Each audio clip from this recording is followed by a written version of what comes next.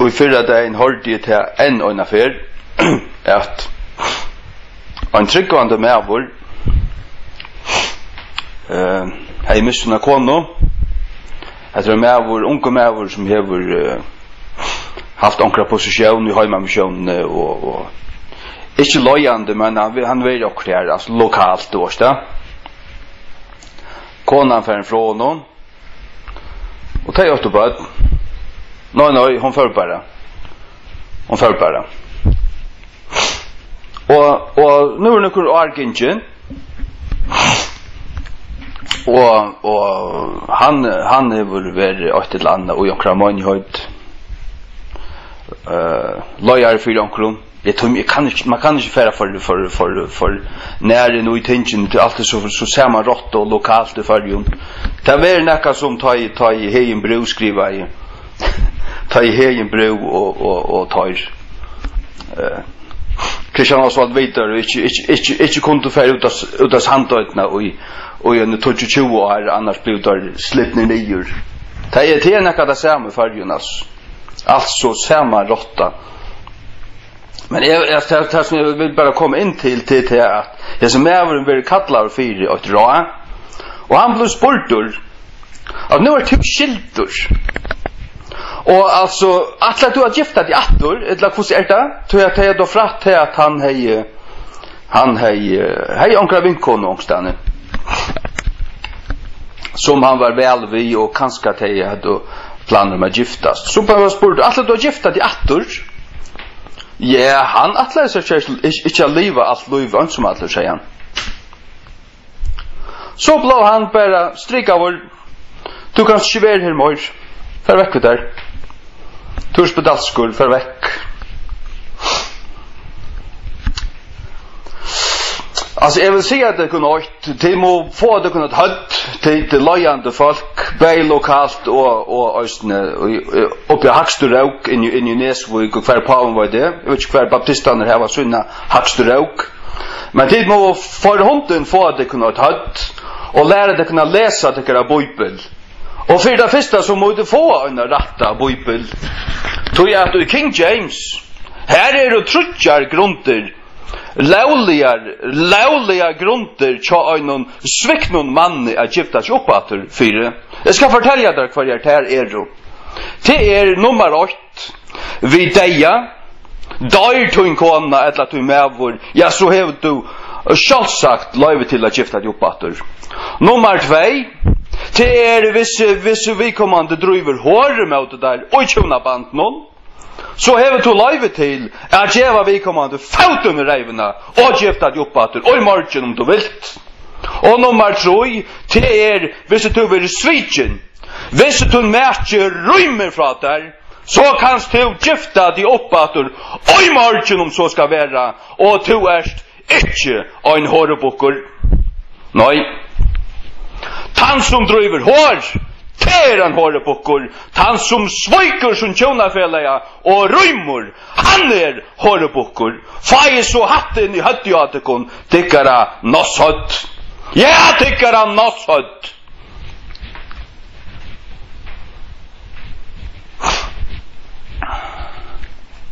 Jeg blev så karvand I arkur da jeg høyre dator. Jeg blev vi høyre da og høyre da, altså, her fargen, folk så skøyt bort, altså. Det hva det jo. Jeg blev virkelig soler da jeg høyre da, altså. Jeg sier til trutjar, lauliga grunder gifta til oppater. Nummer 8. Hvis du tjonafella I døyr, så kan du gifta til atter I morgen om du vilt. Nummer 2. Matteus 9:9. Hvis han driver håret med det der, så kan du skilja det fra honom og gifta det oppater, og du sækleisur, les Matteus 9:9, tun blinde lortende. Og nummer 3, det hvis tun tjonafella rymmer fra ter, og ja, rymmer fra der, du varst jo, han får bare fra der, han rymmer, og ja, sjálvand fer han, altså, en som rymmer, han skal nok ikke bare rymma. Hvis du verer ivergiven, Övergiven av tunnisjonafella, ja. Så synda du ikke om du gifter deg atter. Hva stod du? Jeg vet det. Jeg vet det her. Jeg vet så at det her. Fyrra Korintier, då er det å lese. Jeg har anker respekt for avvitenhøyt, altså. Avvitenhøyt til det som galtande i alle stedene. Og så snakker man om å være konservativ, når vi er så konservativt, når det er bort der dit. Det er bort, det er omgang lister av Bibel.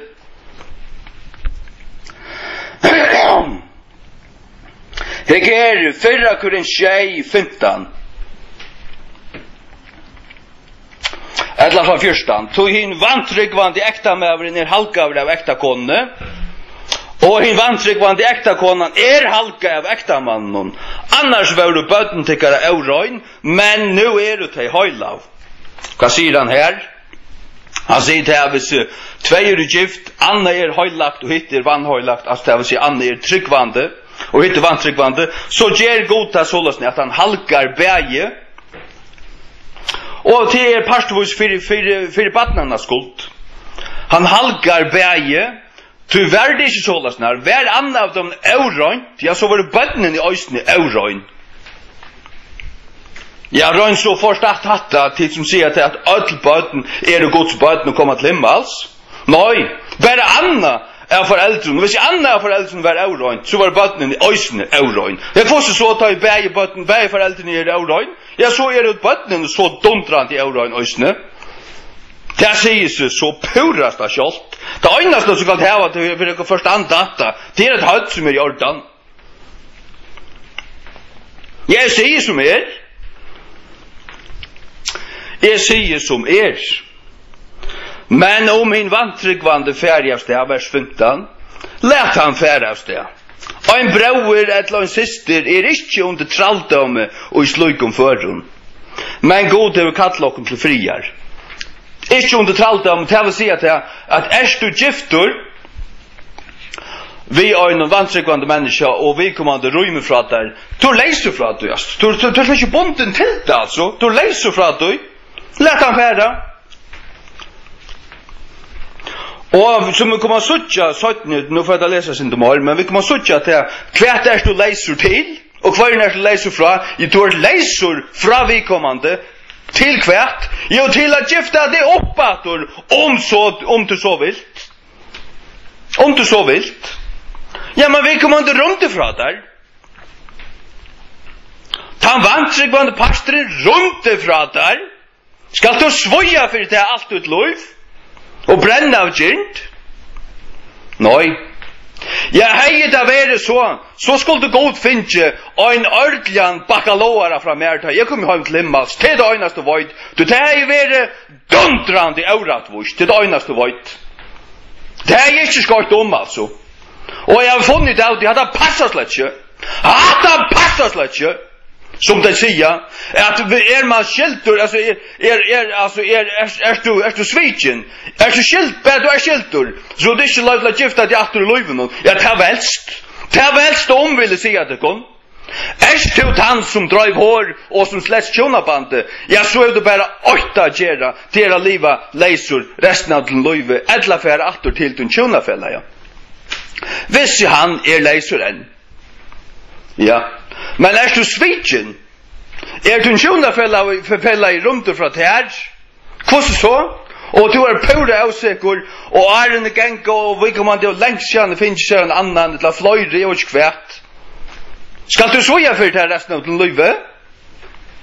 Nei, det er høver ikke alt, slett ikke. Jeg tar sikkert du så bort frem nå. Og jeg vet da, altså jeg vet da på Guds år.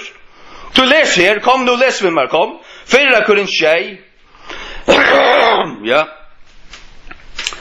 Ja. Bøyan, ger hver var det kom til.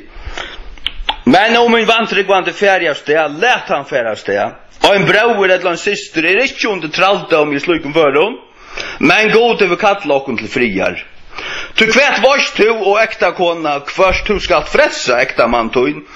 Eller kvossu varst tu og mevor, kvørst tu skal frelsa ekta kona tuina. Det vil sia, du blivin frelstur, og du hever en aufrelstan tjonafella, så røymer du ikke fra veikommande. Det gjør du aldri med stort tryggvande. Jeg vil si at røymer du iver høver fra du tjonafella, så du vantryggvande. Du er bare orta gjerda til å få ditt hjerte på plass og venta om til det øynast at du hever a gjerda gala, etla gamle. Ja. Men han tryggvande, han røyner vittna og vera vittne og at hala tan vantryggvande tjonafella en tjassar. Alltså överomstrykna han rönar allt vad han kan. Det är det som ständer. Det kvar varst du äkta kona, kvart du ska frälsa äkta man toin. Eller kvar varst du och äkta mävor, kvart du ska frälsa äkta kon toina. Ja. Så det hvis vi nu så vers 16, 18, 19, 20 Lutsendur arve, så vi kunne lese det i østene. Ja. Men som god hever dalt ut til hvers mann, som Herren hever kattla kvann og øyn, så løys let han genka, og så løys fyreskip i Øtlund kyrkjon. Nekkar med vår kattla vår verande omskåren, let han øy gjerast av omskåren. Nekkar kattla vår av omskjering, let han øy vera omskåren. Her tåsar han om omskjering. Han teker litt søyespår her, og det som han snakkar om, altså. Ikke søyespring, men altså søyespår, forstatt med noe rett. Alt røyna dreia med når og nekka så helt forferdelig. Og vers 19, omskjering åndsje, og avomskjering åndsje, men haldanen av boven Guds. Vers 20, let kvann man vera verandi og inn i somo kattlan, og i kvarje han ver kattlavur. Ja, hatta meina så ikkje vi, du kattlavur som munkur, ver så verande munkur, og god du ikkje kattlan nekran til munk, onkan, nei. Paulus sier til at han finnes til han nøye gav fra gode, kunne være sterkur. Men han sier til han avtaler slett ikke Peter og Jakob og hinner apostlarna som hadde finnes av konu. Det hadde der fullt løyve til, og det hadde der så. Ja. Vers 21. Du kattla over verande tænare, legg øy ut her. Men om du kanst være gjør det frujur, bruk at jeg heldur. Ty han som kattla over i herran og verande tænare, fri med over herrans. Lykaleis øysen han som kattla over verande frujur, tænare Krists. Tider kjepter vi øyne vire, vær ikkje tid tænarar manna. Vers 24. Brøvur let kvann mann, og i kvarjen han kattlavur, og i tøy vera verande tja gode. Så kommer han atter inn av giftarmale, og i vers 25. Han kommer inn atter her. Nu fortsetter han, det vil si at vi løser vers 15 og 16, det handler om det. Nu kommer han innatter av det i vers 25. Hør nu. Vi vujjande jomfrum, her vi ikke på av herranon. Til gjev vi døming moina, som øyne hever lotast miskunn av herranon at være trofastur. Jeg halte tess vegna at dette godt, nuverande neier vegna. Jeg sier at det godt, tjøyne manne så at vera. Hva mener vi her? Så at vera kvært? Jo, at vera en jomfru, det vil si at vera utgifter. Nuverande neier vegna, det vil si at neierna som kommet iver heimen ta, og hon bare kvæna verre ut det. Hon kvæna verre ut det. Nu kommer vi inn i endan av endatøyene, og neien vil bare verre og verre. Kanst du være utgifter så vel til, så vel til at det nek bedre fyrir det altså. Lattare på nekva matar, ja. Tjøyne mannen så at vera, til å være kvært, å være altså en jomfru, ja. Men så sier han vers 22, du bunden et ekta kono, søk ikke at være lostur, ja, det sier seg selv, det gjør man ikke. Det jo kristelig og godelig. Jeg søker å være lostur fra sin kjønnafelle, ja. Ta du hever lova at elsker æren til deg en kiler, det gjør du slett ikke. Det gjør du bare slett ikke, skal jeg si der. Att det kommer inte på tal. Det kommer inte på tal, men det som vi snackar om, det hvis du säkläsor, det ber paven dansa till att vara du. Att hon tjonafälla bara stacka av från där, vad sören ska så göra? Ska du så svoja för det resten av din liv? Nej, det gör du inte. Det gör du inte, det björs du inte göra. Men det det som menigheten det så skojte bort och menigheten halta man ska. Ja, det skulle helt för att få oss att hött och läsa försko ett ländsko King James och få det på plats. Du där vita först uppedla nyer. Ja. Jag säger som nu blåst det ut alltså. Nu blåst det bara gas ut alltså att här jag blev så irriterad över det här alltså. Så karvan de arkuras. Hörde att det ännu en affär att nu kvätta där en rättvisan man av fyra till kona så där runt ifrån hon och tycker att dom och klottar. Och tycker att dom och klottar. Bläcka det rättvis så att det fyra att det orättvis har svitchat dig. Alltså det är bort. Och kvart det är skojte bort i hatten någon. Det är synd du kom. Låt oss läsa vers 68 och det I halde tessvägna att det är gott nuvarande nejarvägna I sig att det är gott ju när man så vara. Du bunden att äkta kon och sök inte att vara lostor. Du lostor fra äkta kon lägg mest till hästen lostor. Bibeln Jadal och Victor säger läsor. Det vill säga att du angat vergiftor, men här ständer lostor. Kvärt man hvis man lostor. Just så har man varit bunden först. Och I engelska King James ständer alltså lust. Och I gamla danska ständer löst. Du löst? Ja. Det vill säga att du har varit giftor. Men du blåst lostor. Kvosse? Jo, vet jag att en tjonafälla loste sig fratar och racka sig där. Och så ständer det här. Svitchen och alöjna var to. Svitchen och alöjna var och lojande och nej. Ja. Vad ska du göra? Ska du svoja för det här? Jag vet kommande runt för att du miste din tjonafälla, ja? Han längst finns en annan att göra där på en vägen alltså. Jag spurte nämligen om sig konna. Ja, hvordan vi konna som för från honom? Tvattlon längst finns en annan. Finns bara med hon nöjsne. Och nu hoxar det ner rattvise mäveren. Det ner svikne fitte rattvise mäveren. Bara han hoxar om till han och är färselig vant som att resten av löven. Jag kunde gått långt med jag finns med en konna. Han är ju en konna. Och han säger att hon är längst finns en annan. Hon hörran! Han inte hörbockor. Skall jag fortälja dig så bort fram honom. Ja, det skulle du så köra en dans som får en i hötten i chatten. Hon hörran som runt ifrån honom. Han säkläsor. Han kan gott gifta sig uppåt. Ja. Han kan gott gifta sig uppåt.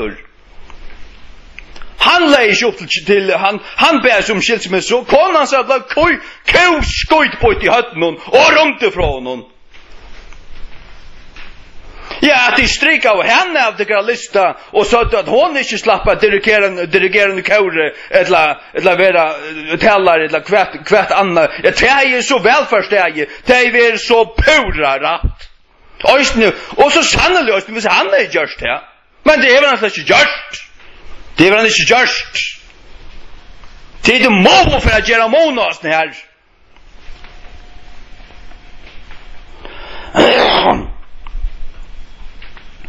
Ja.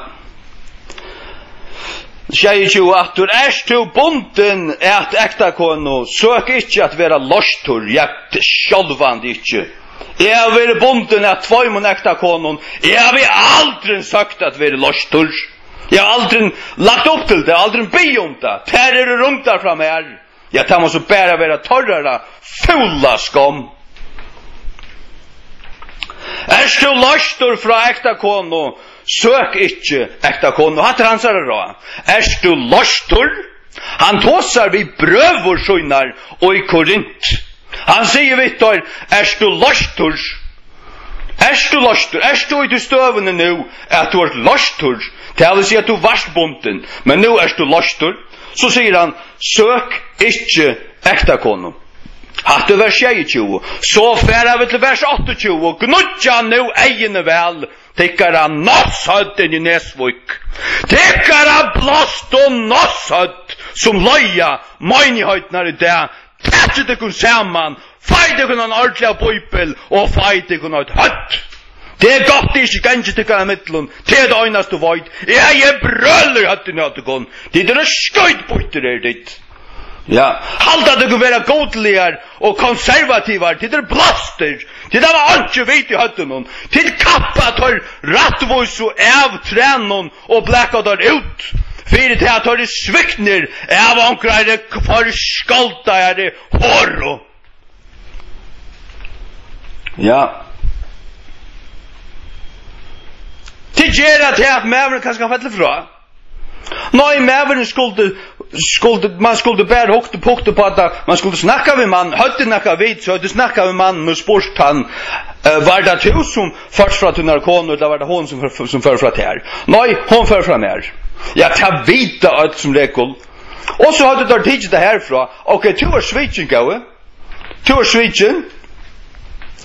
Og ja, hvis han ville gift seg opp at, så skulle tar tidsi gifta han opp at, han skulle ikke en gang pjøvast affære til en bals presta gift seg opp at, tar skulle gift han opp at. Ja.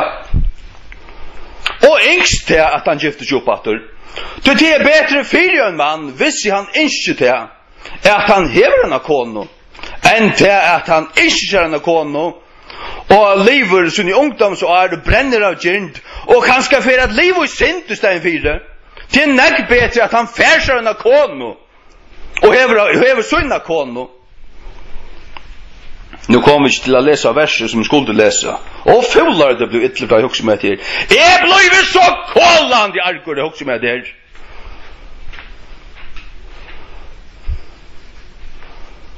Til revsa Guds folk fyrir syndenar tja besyndion håron og hårebokkon som svøytja sånne rattvus og mekar. Ja. Nei, jeg skal si at det er at øynokvør kan bliva svitjen. Øynokvør. Tu passar på det, og tu er bare avbyrd av det her, og tu passar på tunne eier, passar på tunne tankar, og røyner halda til røynan, og passar på at tu er tryggvur. Men tu kan ikke støyra og rå i tunne tjunafella, ja. Jo, det finnes jo et vakt menneske som ikke styrer seg og finner på bæg og annet. Hva søren skal du gjøre ved det? Og det var det av, så er vi kommande færna tvattla vi øren og fer fra der og krever skilsmisse. Og så skal du svoja for det resten av løyven. Altså. Må Herren Jesus smyrja salvo at ikkara eier og djeva det kun suttjandi eier alvara tås det er ikke virkelig sint med allermest og i tøymon som loja under tekkun altså. Jeg er glad for at jeg skjer under tekkun under Guds år. Jeg djever meg bæra under Guds år. Ja. Lät oss nu läsa 28, så vi kommer till poäng, jag kom till det än. Jag tåse. Du bonden ett äkta kono, sök inte att vara lostor, jag självande inte. Du lostor från äkta kono, sök inte äkta kono. Att han säger bra, men så säger han, och lägg till märkes här ständer lostor. Det vill säga att du är väl bonden, men nu du alltså ute i stöven att du är lostor. Så stendur i vers 28. Men om du gifter det, du hever ikke synda. Hørte du hva det sier? Ja, fai hatta inn og i tikkara høtt, tid här norr och i Nesvik, och tid här sori och i Ebenezer, och tid jag var inte kvar, pinsarna kan man inte ta sig till, tar lovläser, och kanske maten kan ta stand och bara dansa och flänna.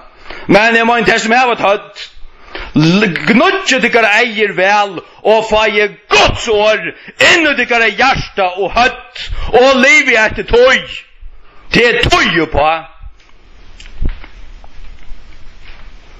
Jeg kunde gift med attor og i margen om jeg ville. Han sa ikke kona kommer, hever langt og finnes en annan. Jeg kunde gift med attor og i margen om jeg ville. Ja.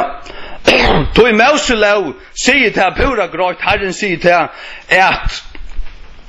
at om en kona fer fra en mann og hon fer seg en annan, hvis hon hever finnes en annan og blevet åkt vid han, så han hennara medvor. Hon skal halda seg til han, og henne forbøye fære attor til som fyrra mann. Det anstygt i Herrans eion, og det som anstygt i Herrans eion, alltid anstygt i Herrans eion, øysten i Nya Testamentet. Ja. Til dømes homoseksualiteter, det anstygt i Herrans eion. Djaura sex, mennesker vid djauron, det anstygt i Herrans eion. Og sodomi og incest og kvart på han vet, alt det her at det anstygt i Herrans eion. Og han sier øyne til anstygt hvis en kona fyrir til ein mann og så atter til sin gamla mann. Nei, hun fær fra honom og finnes en annan så skal hun bære heva han, så han henne med vår. Ja. Ja, annars blir han ikke fantes jo i nøkron. Men her stender svart på kvitt. Men, og om du gifter til, du hever ikke synda. Sars du at her? Sars du at her? Men, og om du gifter til, du hever ikke synda. Det vil si du lostur, og han legger mest til han sier lostur. Så kommer han spurningen opp. Var da, bløyv han lostur, eller lost i han se. Her det sånn her, at mennesker kunne godt være blevet frelst for 2 år siden, men det var de selv som skilte seg fra sin tjonafellene, kanskje for 8 år siden. Men tjonafellene som de rundt fra, det var kanskje gift seg opp at, eller hever en annan til vårsta, som hans her til vårsta. Så skal han ikke være atter til han. Nei. Det ikke utan han som tog rundt fra Arne ble frelstur, hvis han stender enn av bæren og bøyer etter det her, ja, så Guds vilje han at du først atter til han som tog rundt fra. Sjølvan det det til å forstande det skal du bare hava åkt til og et hjärta som omskåret, som elskar Guds lov og gjever en fløyflikvande hamrande lortøy for at manna på sida. Det gjør jeg. Jeg forløyte jo hva prester sier, og hva Nesvik sier, og hva baptistaner sier.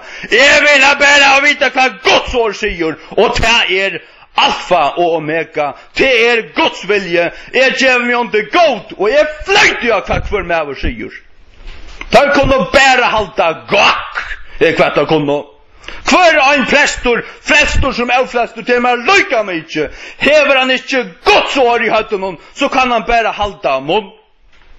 Ja, se hva han kan. Jeg kunne gift meg og i margen hvis jeg ville, og det ikke være mer sint. Kona rundt fra meg, hun langt finnes en annan. Jeg kunne godt gift meg og i margen hvis jeg ville. Nekka annet til Paulus djever meg til at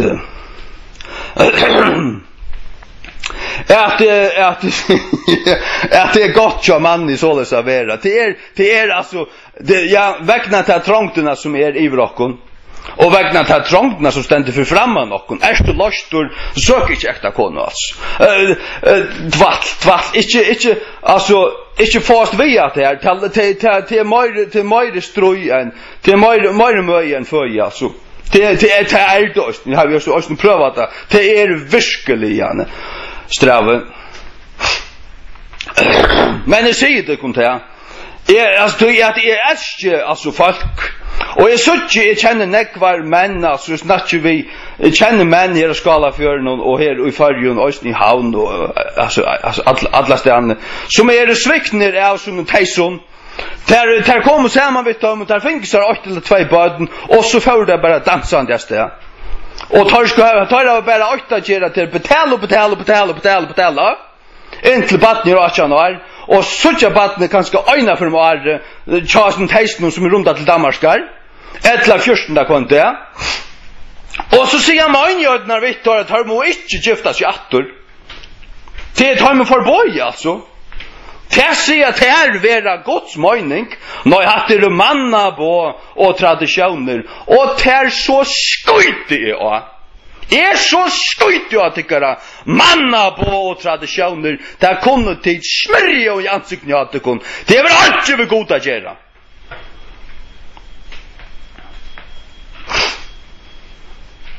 Men nu skulle du förstanda med rätt och en förskilt. Att det är angan till rätt att skiljast. Och är du tryggvande så finner du inte på det. Du också inte ta en tanka någon gång. Nej. Men mitt liv var ju så ränkvargare sataniska tog att folk rymmer från där. Sälja hvis du har rättvisor och godligur. Sälja ta. Och skulle vi svoja för det att åkara tejser rymmer från hon. Nixon, Bixen, det blir alltså i min deja kropp. Sannlöjken ska standa, och nu har vi funnit sannlöjkan. Jag har funnit sannlöjkan. Och i Guds röjn och varvård bok. Det dreier sig om en bokstav. Victor och Dahl säger, är du läsor? Det innebär det att du har omgående vid bunden. Men King James säger lust. Art thou lust? Är du lustur? Och den gamla danska, är du löst? Det vill säga att det är talan om det att det är ett människa som hever varit bundet vid kvarjon, vid tjonabande. Är du nu lustur? Så ger han där Teira och vers 20 är du bunden att äkta kono sök inte att vara lustur. Det är oansett om hon är tryggvande eller vantryggvande, om hon är fitt eller bort, om hon är fight eller klön, om hon är pen eller ljud, kvärt som helst, du är bunden till henne gamle, och du ska halta det till henne. Men, fer hon från det här, kvärt är du så? Skall du svoja för det här resten av din liv? Nej. Här skall du halta där, intill hon färser och en annan. Hon som runt från där, eller han som runt från där, vi ser tås vid en kono. Det kan också gott vara, ta vart inte.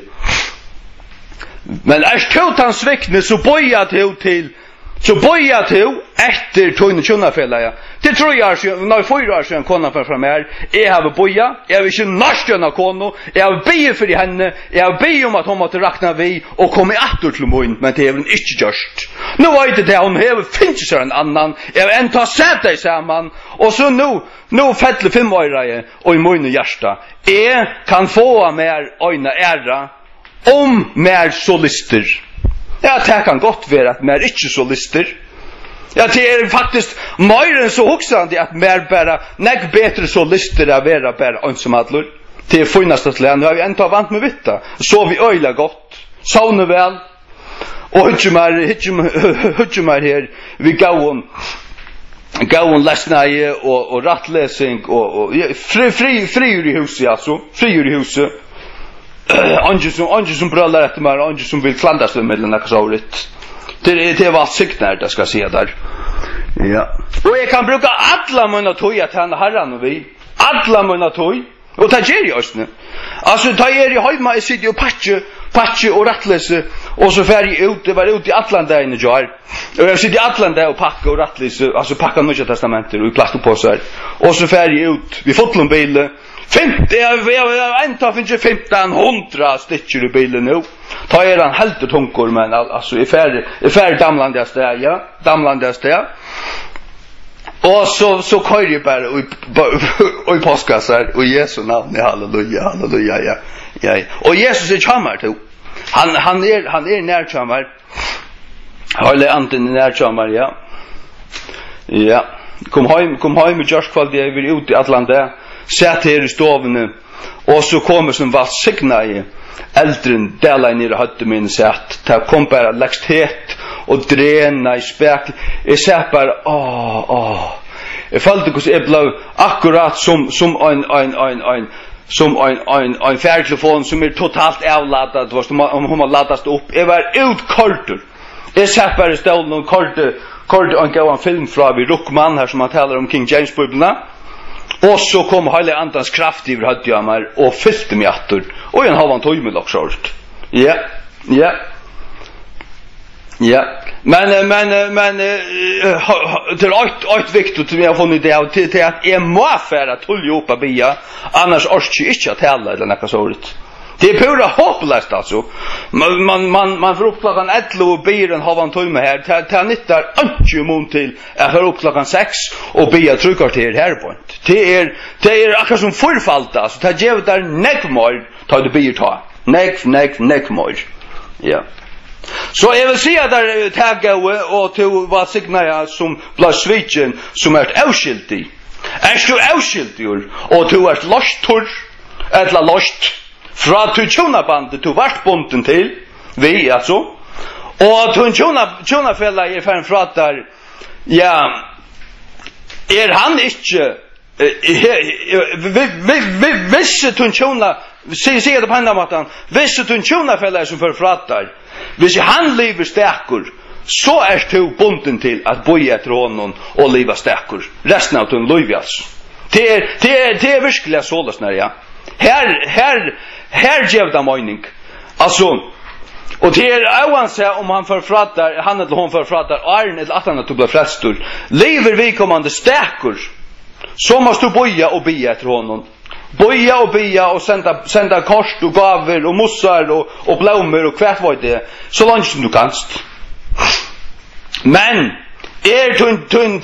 tun tjonafälla färn för att här och här bär han finns så en annan. Till lika mycket man och gift så vi kommer det lite. Han lever i hårde. Han är väl slitit sig för att här och han är väl just till åt vid en annan. Vad du får se att här till lika mycket man gift så lite. Tror jag skriva stentor han som är bonden att han skötjo är åt lika vid henne.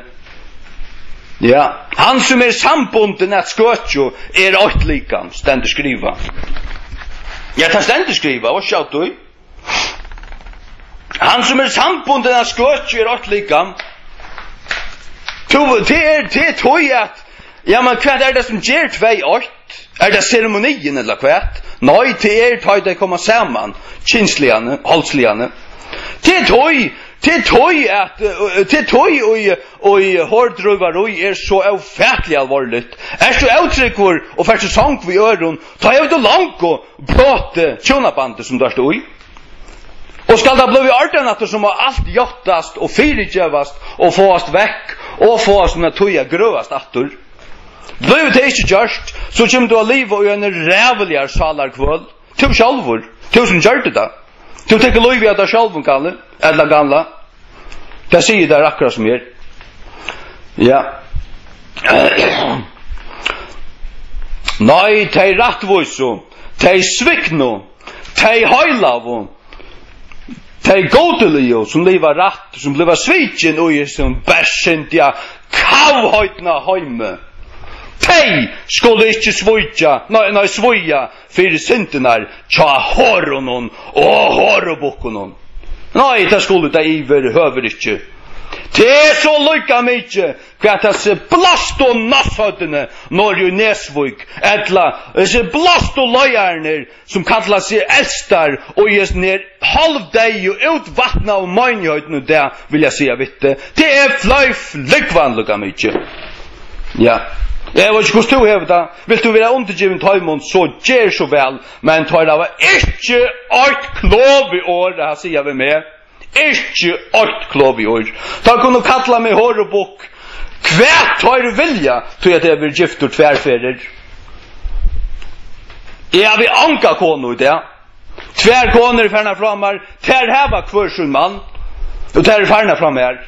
Är leisur, tär hava lost sig fram här, är lostur, tär hava lost sig fram här. Och den fyrre hon drar så i hår, och i tjonabanden hon, och hon skilte sig fram här, och en ta vilte är fyrtjevande, men hon vilte inte, hon vill inte komma efter. Hon vill ha en annan. Ja, gör så väl. Vad sören kan det göra vid det? Jag får inte att ganga och blåa och gränja och gråta och fasta och missa svavn och aravus och bara färra bort ur kock i det här. Iverhövligt. Nej, iverhövligt. Det är det som är meningen, vet du. Det är det som där attla och det är det som Satan vill vitta om. Ta en förhala där frasun och godliga mannen. Nej, så jag kunde gott finna med en kon och i margen om jag så vill det. Men så är det något helt annat. Är det som jag vill att det är så virkliga spårnyggren. Det är så virkliga spårnyggren. Vi står om några kona är. Så om några kona finns, så att jag var bara att jag ska ha en kona, så ska han vara så som Bibeln säger. Han ska vara en passar av som näkn och bötten och hemma vid hus. Det är vad du ska. Alltså det är vad du ska. Han bara finna sig i tog, eller bara halta sig väck alltså. Bara halta sig väck. Jag är lycka glad utan. Det har vi alltså funnit där. Gör så väl, god var signet här om du är så svitchen och bränner av gärn du inte klarar liv och som att det finns det här lögna för herran som Paulus säger vinst. Ja, så att det här så att det här det är så svitchen och det här för till match för att här det tog ganska gott giftat jätter. Ja. Och ja, men alltså fattar den King James och voice tog någon förtörna ja så kallar jag lojara verse voice någon för att inte tjej 28. Om du gifte det du över inte så är det inte synta. Du är synta. Är du lastur alltså? Lastur. Och som jag säger för alltså jag inte förklara att här är inte lastur. Att det kan också vara till som låste det, alltså för längre tid sedan och inte blev flestor. Men jag vill säga akkurat som är att en flest människa skiljer sig inte. Alltså det finns ju flest människor på alltså. Nej. Alltså människor, jag känner också människor. Jag känner också människor som att det här kallar sig tryggvande. Kristna popsångare är det vårt. Drinjarar. Som är runt från sån och tjonafälla, ja? Själv alltså. Tej tog stil till tjonaskillna. Och kallar sig frälst, kallar sig tryggvande nöj. Det är verkligen, man säger som är nöj. Då får den reja stryk och jöken från eras. Hever tillgörst det, ja, så är några ravruskande gala vet där. Är lukka mycket gala, är lukka mycket om han var en drankare, vad hunden han var. Du är bara ena rättvisa grund till att rymma från tøyne tjonafälla ja, och gifta dig upp att det är Matteus 9:9. Det är visst vi kommande drive hår med det här och i tjonabanden. Det är enasta grund till anken annor och i världen. Men inte tog kan så ösne råknast incest och annat. Det är det samma. Det är det som vill säga att du har haft en tjonafälla, ja, men han över diska sex, alltså han över vid öron, medan tid var gift, här han vid öron. Ja, men här var han så vid batten, ja, men så är det till bara touch så ringt. Och det kan stå gott, skilja det från någon och i margen, och gifta det uppåt och i avmargen, du är inte säker. Du är inte en hårdare än hårdebockor för att göra det.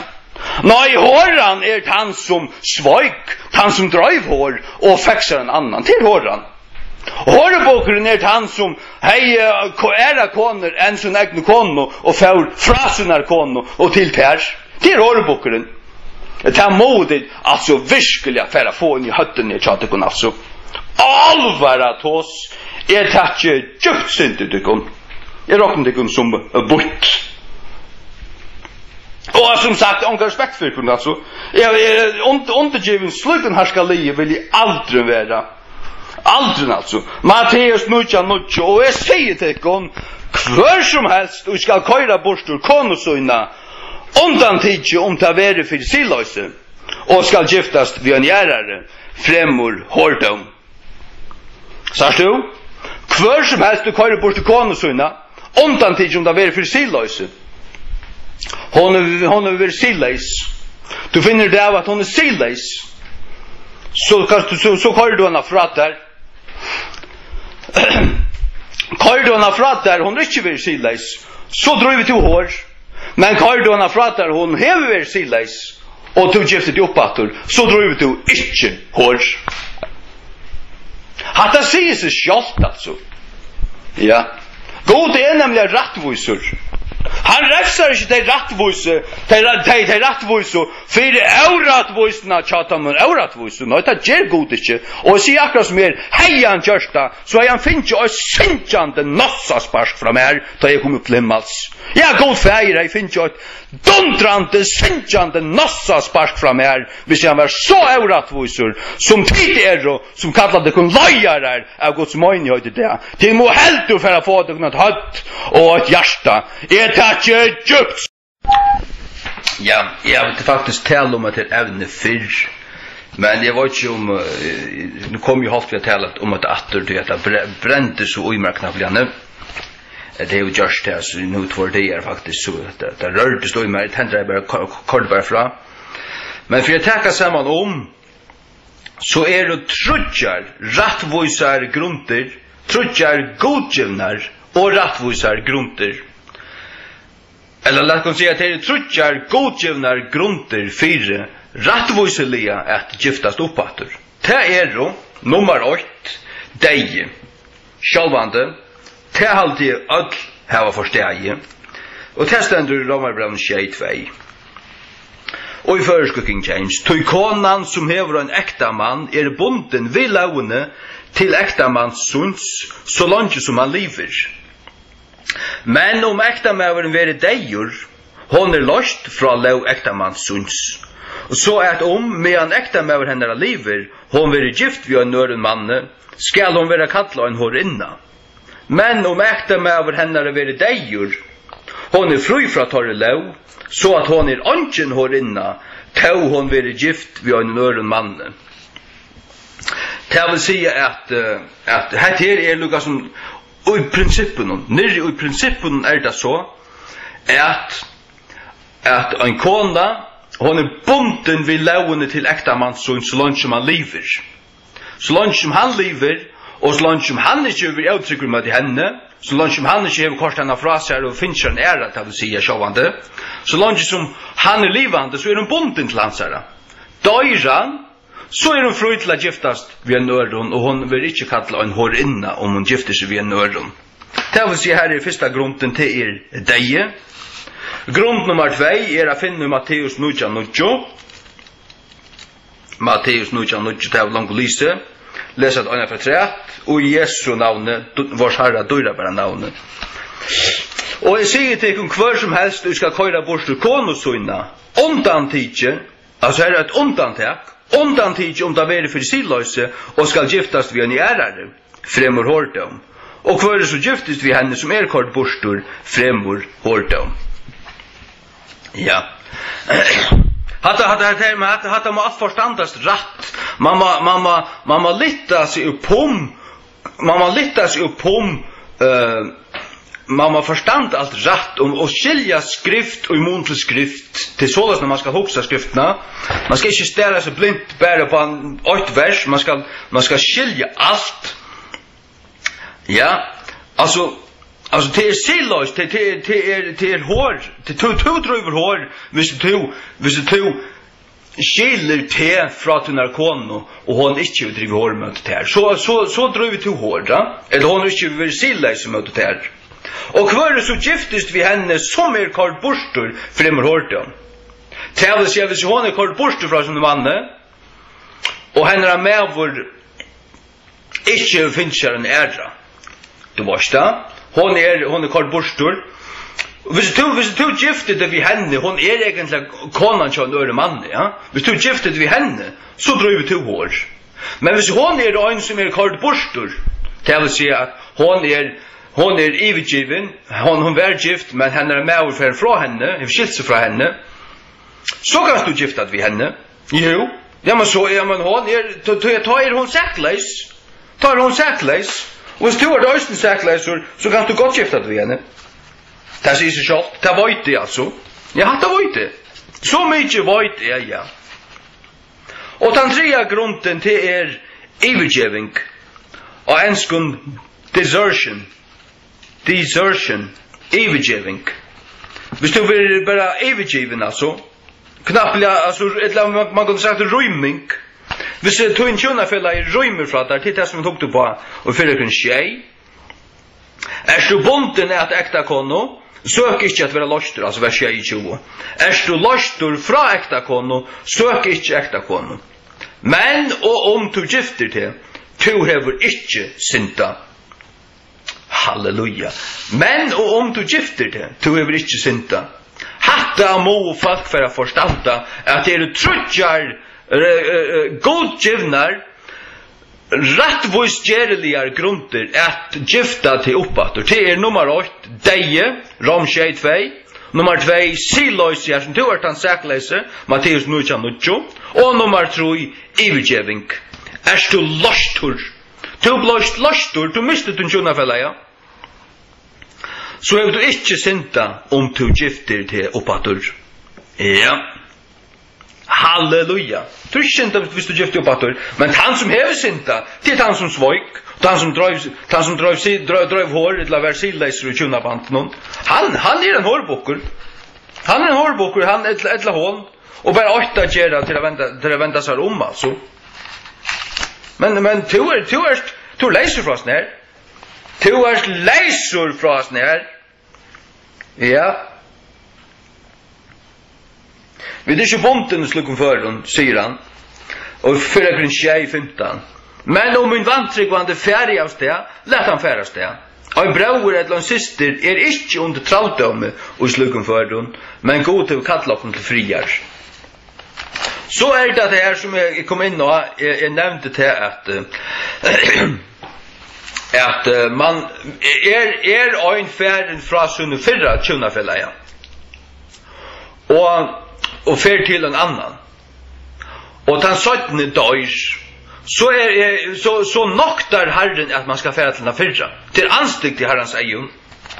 Det vil si at ta i øyn færen fra øynen, og finnes seg en annan, ja, så skal han bare halda seg til tann, og det skal ikke komme på at tala komme for at til den fyrra. Nei, du finnes seg en annan, lært han så være til kjønnafella, ja, og gløyme alt om til fyrra. Du kan ikke ha tvøys. Du kan bare ha øyn kjønnafella, ja. Ja. Og ta i dør færen fra den fyrra, ta han ikke langer til kjønnafella, ja. Nei, ta han ikke langer til kjønnafella, ja. Jeg har haft tvärkoner där båar runt där från mig och där var båar finns här era män. Ja, nu det torr så torra män. Tar här båar så sunnar män. Där måste bara ha torr alltså. Där måste bara ha torr. Där båar skilt sig från mig. Och säkerligen så från dig. Fullständigt säkerligen så från dig. Ja. Og så sier onker, ja, men kvartsen at de gift opp atur. Ja, det kan ikke gjøre vi. Det livet så boar i hårdre. Eller kvartar gjør det, og ikke anus fyre. Det må der bare takka seg av. Det kusser farna fra meg, og her finnes seg er der. Jeg ikke gift med tvær med kone, jeg ikke tvær kone, jeg onka kone. Jeg onka kone. Nei, onka kone. Deuteronomy 24, altså Deuteronomion av griskon. Det det i første King James. Deuteronomion. Det 15. Mosebok, kapitel 24, fra vers 8. When a man hath taken a wife and married her, and it come to pass that she find no favor in his eyes, because he hath found some uncleanness in her, then let him write her a bill of divorcement, and give it in her hand, and send her out of his house. And when she is departed out of his house, she may go and be another man's wife. Ja. Ja, hvis jeg med over fikser han av konen, og han fann ut av at hun var ikke jomfru, så kunne han skilja seg fra henne beina veien, og sende henne ut ur sin huset, og hun kunne færes det, og hun kunne få seg en annan. Ja. Så then the verse 3, and if the latter husband hate her, and write her a bill of divorcement, and giveth it in her hand, and sendeth her out of his house, or if the latter husband die, which took her to be his wife, her former husband, which sent her away, may not take her again to be his wife, after that she is defiled. For that is abomination before the Lord, and thou shalt not cause the land to sin, which the Lord thy God giveth thee for an inheritance. Altså han fyrre ekta med som sendte henne sted, kan ikke teke henne atter til å være sin ekta kono, etter at hun er avranka. Så det anstygt for herren hon, og du skal ikke elva landen av synda. Hadde det, svart bak vårt, hadde det som Guds år, altså sier, og jeg har bare båret til våre, og det opp til øynukvann om han teker vi Guds år eller fylke mannabovon. Egentlig at det fariseisma, at det fariseisma tar drøyva her nord i Nesvik, og jeg ser løyerne og i sånne forskjellige misjonshus noen. Jeg vet ikke hvordan det med baptistene her, jeg halte det løyka ringt. Jeg har hørt om akkurat tro på at baptistene til langt og nekv herren så har seg konan så har rundt fra honom, og han var bare spedalskur i nekv herren så har. Kunne det brukast, åpenbart, at det så fullstendiga bort. Han var usikker, ja, konan var en teis, hun skulle være sett og i gapestokk og spola vi flekkvarsgrepp og ja, jeg er ikke sindur henne. Han anstedgeligt er røyma og bare skiljast for åndsje, altså. Nei, du bare øyna rett og skjelja grunn til å skiljast til hvis du usikker og tjonafellaren kjadar var drøyvhår, så kan du skiljast og få en annan. Etla til hvis tjonafellaren kjadar deigur, sjálvbande, så kan du få en annan. Etla til hvis han bare rundur fra der, færen, rundur, han ganska drøyv ikke hår og i tjonabanden, men han fører fra der. Og så, som jeg har sagt, så du skilter til, ja, altså, hvis han lever stekker, og du vil være rettvis og godlig, så bøyer du etter honom. Til det som jeg har gjort, det sier jeg ikke, jeg har gjort det jeg 4 år nå. Bøyer og bøyer. Men nu hever hon altså finnes en annan. Nu stender mer frukt og bøyer, hvis jeg vil, jeg får mer øyne ære. Ja. Hatt altså det, hatt altså Guds år, og hatt det som møyne, hatt møyne tøy hatt møyne godt, hatt møyne godt, og da man ganger opp og smøyer seg sånne ekne lauer, tar man som fariseerne, og tar avtale Jesus, han sier til at tid gjøre Guds lau og Guds bå av ångare virkene, vi tykker ekne båven. Det var akkurat takk hva du gjør du. Til det som møgnjødene for en større part gjør det, smøyer seg bare sånne ekne tradisjoner og lauer, men det fullkomlig avgrunta av Guds år. Det har vi ikke rett til Bibelen en gang. For jeg sier leisur, til å være lostur. Du leisur, til å søke ikke etterkom. Til at katolisisme dette. Du tar imot, du man i høver skal giftast. Guds vilje tann at du skal endelig giftast.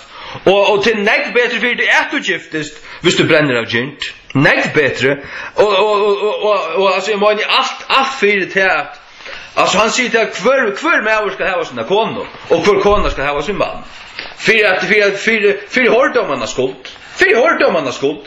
Ja, men så det øysene til fyrir tjatøymen som svitjen, som hava mist sin kjønnafella. Ja. Om du gifter det, du ikke synda. 4:28. Jesu var sikkert det. Jeg sier at tøyr skuld og tidlig gift mannen opp at Ganska det månte vi til at giftarmål ikke noe seremoni. Nei. Giftarmålet ikke det. Altså, det er ikke bare folkekirken som kan gifta folk. Og det er ikke tog det her at alt er her og en vuktan prest. Det måste du forstanda. Men det er det at det er tvei som vil ganga inn i tjunaband. Og om det blir gift, jeg vil si at færre deg bare inn til syslemannen og standa framfor honom og han du vorst. Bara si okkur tvattlærbund til ikke. Men det tvei som er baptist og de blå gift lukka som du vorst altså og en møte og tar pastorer gifter de her fire Guds asjon tvei tryggvande folk og han byr fyrir dem legger hender av deg og gifter de lukka som fire Guds asjon og fire møynighetene så er det likevel gift i Guds eion som i en kyrkjo. Hvis ikke bedre. Ja, men det er jo frelst. Og pastoren er frelstor. Da kan man snakke om at det er gjørst og i gode. Frelst folk framfor en balsprest og en balskyrkjo det er ikke vi god å gjøre. Ikke nekka som helst. Ikke vi god å gjøre noe. Så at jeg sier som tøy burde tar gift heldur og en slukka mann som svitjen av sin kone. Kosse? Jo, det tar jeg til at tar skulle lensjane ha kvett alt samband via støynt deg i falkakirkene, altså heimamisjonen, skulle lensjane ferdig ut ur falkakirkene, og være en frukirkja. Alt som at det er. Jeg har lensjane, og haft en trutja fyra løyere her, ikke en prester, bare pastorer, du vorst da. Pastorer, ordentliga menn altså. Skulder negveldrat gjørst. Så har man haft rønt dodge altså, rønt dodge. Og stedet for nu det er alt en stor surdodge klumpor at det her. Det er kvart at det er. Ja. Ja, halleluja. Halleluja, du. Nei, altså, ja, hva skulle du si? Nå tvattlig bare sin drømmer. Det gjør han ikke alltid. Ja, nå jeg sier til at altså, baptister som er blevet gifter under baptistaselle, og så lukkar som borgerliga vuxlu at han har, de er bedre gift enn for tvei avfrelst kyrkjefolk av Nebalsprest i Nebalskyrkjo.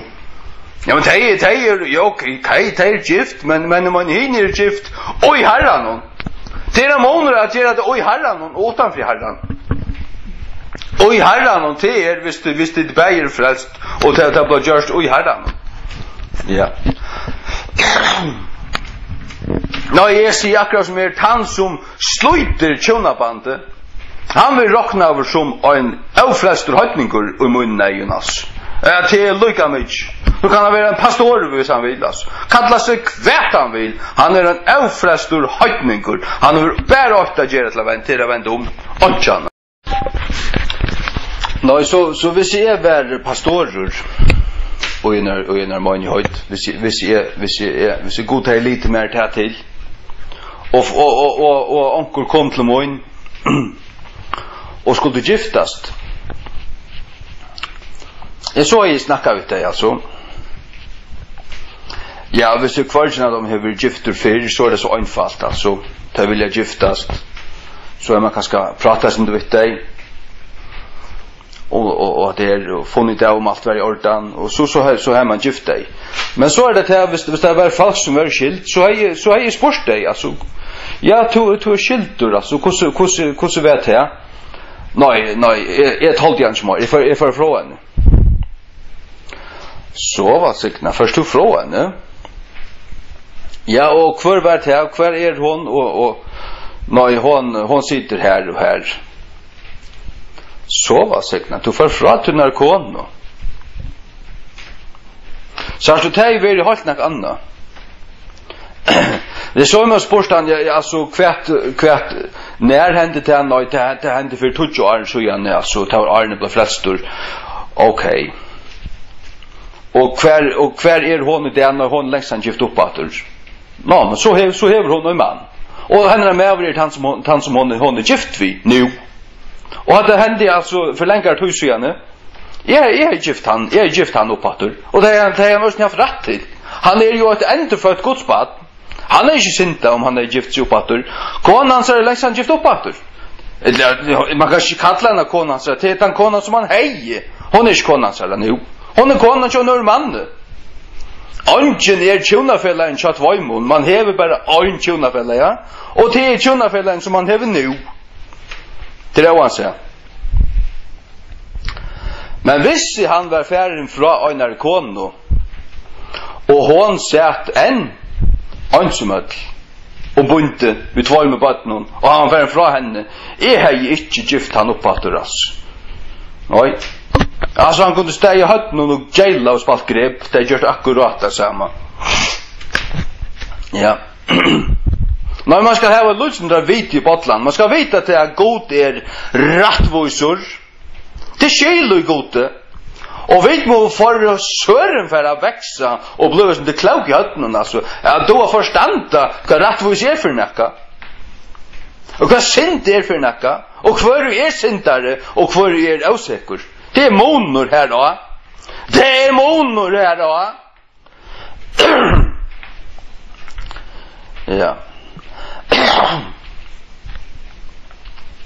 Jo. Att de vill för sören för att förstanda där nu alltså. Allvar oss. Ha? Är det kom till för vi för förstanda synd tid. Ha? Och vi ser en kona kom här till varst. Ja, nej, till varst. Jag så måste snacka med kona. Hur så vet här? Är du skilt eller? Jo, hon är skilt. Nå. Och vad hände här? Nej, är runt ifrån under mannen. Han nej, jag var inte förälskad på mig. Runt ifrån honom. Ja, alltså tagerar jag fick botten. Allvara. Och kvar är han? Nej, han sitter in i Ronavik till och boinner. Jag skruppar av det här till jauta asen för att till din man. Jag gifte det inte. Kan jag sagt? Ja, det är simpelt här. Jag är bläckande ut ur möjligheten. Det här kunde man bläcka ut ur möjligheten. Tack och vänt om. Då river höver sig godspatt. Då river oss omvänt. Men hade man får glatt väck upp i paddlen och det. I evangelius nära stanne. Konefolka hårer och teiser som har svitser såna män. Akkurat som inte. Akkurat som inte. Ja, det har vi hört om. Allvara tåstid. Det ser ut som möjligheterna skäv och diver av rättvise och till på bekostning tjata om rättvise. Jag god är inte vi i oss när klonaskapen och tjatar här. God är inte vi i oss som klonaskapen och tjatar här. Det vill jag bara fortälja det kun.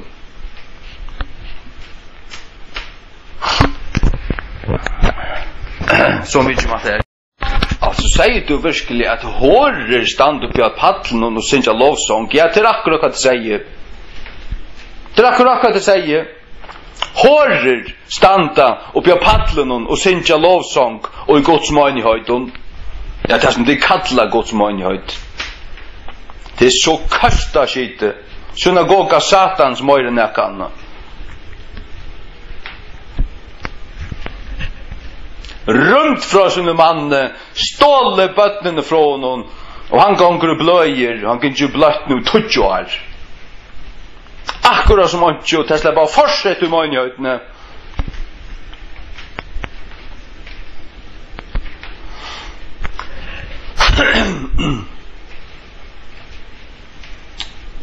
och med männen att det här vi har satt er nere på att du tar skilter. Han är skilter, så snär. Sint du innan, ja. Sint jag snär. Han släpper sig en gång att ända ett möte eller näka som helst. När vi brukar en ångkant i aftur. Han släpper sig av mycket som möte jag snär. Inte. Han är skilter.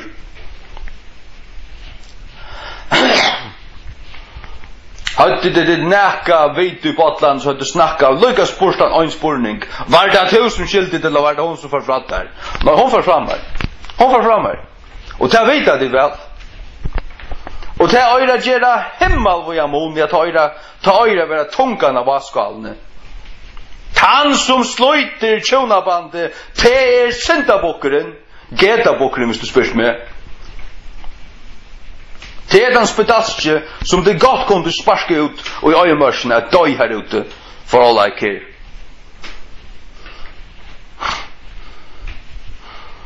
Men han som det sparske ut i øyemørsen som syndabokka dødja og være spedalskur, det han rettviser. Det han rettviser.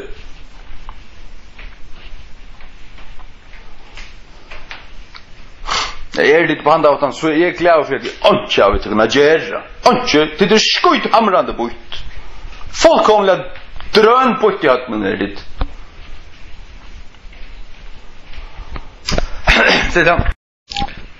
Det som gjør seg galtande til det som Jesus sier i Matteus, i Markus 6,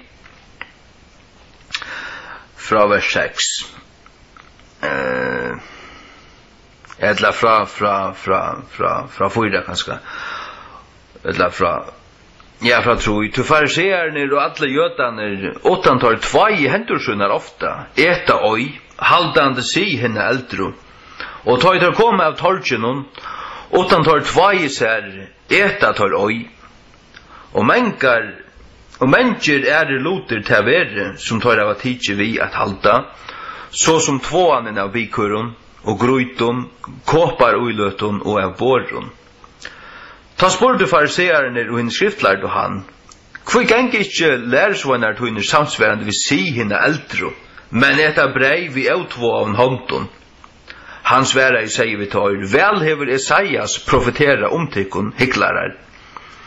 Som det stendur skriva, hetta folk med vi vörrunsunon, men hjärsta torra fjerst fram Kvoso en tilfannoides tilbya teg med, fralærande fyrir godslærur, bøyene tja monnon. Tøy leggjande til suyes bøy tja gode, halda til sien tja monnon, så som 2 av grøyton og bikøron, og mengar sluka loter gjerra tid. Og han sier vi tar fullvel vreka tid bøy tja gode, tid med a halda tikkara egna si. Hatt akkurat det. Man snackar om at man mest konservativor, og til heldur man vera godt vid konservativ. Men hva heldur man fast vi? Det Guds ord man heldur fast vi? Nei, man heldur fast vi mi aldarlian blindløyga, mi aldarlian katolskan blindløyga. Det akkurat hva man heldur fast vi. Det akkurat hva man heldur fast vi. God vil at vi skulle giftast. God vil til. Ja. Men han vil til at vi skulle være trygg. Men hvis vi blivin svitjen, ja, så vil God til at vi giftast oppåter. Hvis vi kunne til, altså. Hvis vi blivin svitjen. Men som jeg sier her, jeg har nok sagt det, at hvis til dømes matchen kjatt her for frat her, han fyrir bare frat her, så skal du bare fylja vi hva han gjør. Du skal røyna alt hva du kanst å komme sammen at du innanfor røymelig mørk, sjåvan skal ikke genga som en klauner, du skal ikke være bøytur. Det ikke grunn til å sløyja for en menneske. Man vil ikke være bøytur. Så han svitjer til, så skal han tekka seg sammen. Men bare vise til at du erst åpen for til å komme sammen at du. Jeg bare av og til bare si at det er sendt av kors til akkurst. Og så langt som han som rundt ifra der en ønsomatlor, så hever du bare 8 gjerra til å bo etter honom. Og for han ser avgande nekran annan, og du varst ikke om til at han hever haft nekran annan, så hever du bare 8 gjerra. Varst du hva det boja. Ja, hvis du vil være godlig og rattvisor, så du bare 8 gjøre til å boja. Tog jeg at hvis jeg hin bare er ferdig fra der, og ikke vil sammen med nøkron øren, så du stadigvæk hansara tjonafellei, hansara merke. Kjolt man ferdig fra der. Om man så er fra der alt løyve inntil to til han dør, merken altså, så er det at hun skilta boja. Men, til løt og til merke, fær seg en annan, eller en æra. Og du varst at de burde ikke bli gift, men begge var det sammen, så sova det sammen. Det sier seg selv. Og sova det sammen, så det blevet til 8. Ja, til en ceremoni som gjør folk til 8. Det kommet sammen kinslige som mævor og som kona, altså konefolk og mannfolk, så det til 8. Lika så vel som om at det var en mævor som forbinder skøtjo, så han vært 8 ved skøtjene. Det fløyfligvanlige mykje. Og ta i teir hent, ta i du varsta teir hent, ta dette 5 år. Ta du frujur. Ta du frujur til at få at her en annan mæka. Ja. Så som hangar det her sammen, jeg sutja at tvers du gjør noen, jeg har innara, jeg har altså, jeg har finnet skille på at det her fullkomlig ut fra Guds åre. Romerbrevet 6, om det at hvis vi kommer til døyr, så kan du gifte deg opp at Matteus 9:9, hvis det sier løse, som gjør det seg galdande, og det gjør det til at du en uttrykk med mætje for fra her, så du frøyre gifte deg opp at eller til hvis det ryming og ivergjeving, så du øysene frøyre til at gifte deg opp at ja. Fyrra kun tjej 28, hvis han vantryggvande rymer fra der. Det man skal, og fyrra kun tjej 28, her skal du forbinda vers 26 og 28 vi vers 15 og 16. Tog at som jeg forklarer jeg byrja vi til at i vers 14, 15 og 16 tåser han om tjonarband. Så får han tås om at i vers 16, 18, 19, 20, 21 og 22, 23, 24. Fra 16 til 24 tås han om andre ting, og løydes ikke vi så inn av, men som relaterer på en måte til om man vil omskåren, og at vi ute i kattelen som du finner fra gode. Det relateres også til at du kattler til å være avgifter, som Paulus var. Ja, så det at du kattler. Hvis du føler det, men til ånden lov, god tvinger ikke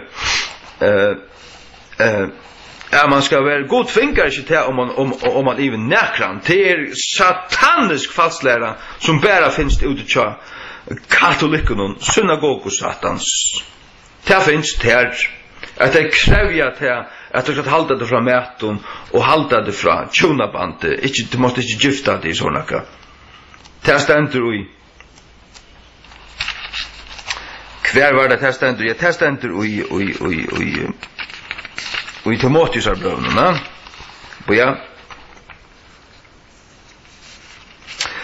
4 Timotheus 4, kapittel 4, så 4 Timotheus kapittel 4, fra vers 8. Nå anden talar tøyelige at og hinnom 17 og tøyen skulle sommerfæra bort fra trunne, gjevande gator etter tølande anton, og godslæren av djevlun, hikk? At det godslæren av djevlun som krever til at folk skulle bliva munkar og nonner, og skulle være frahaldande alt sitt liv, ongan meka skulle få seg. Og så bliva det stein 4, så bliva det stein 4 badnamisbrukare og sodomittar. Det kan det bliva til.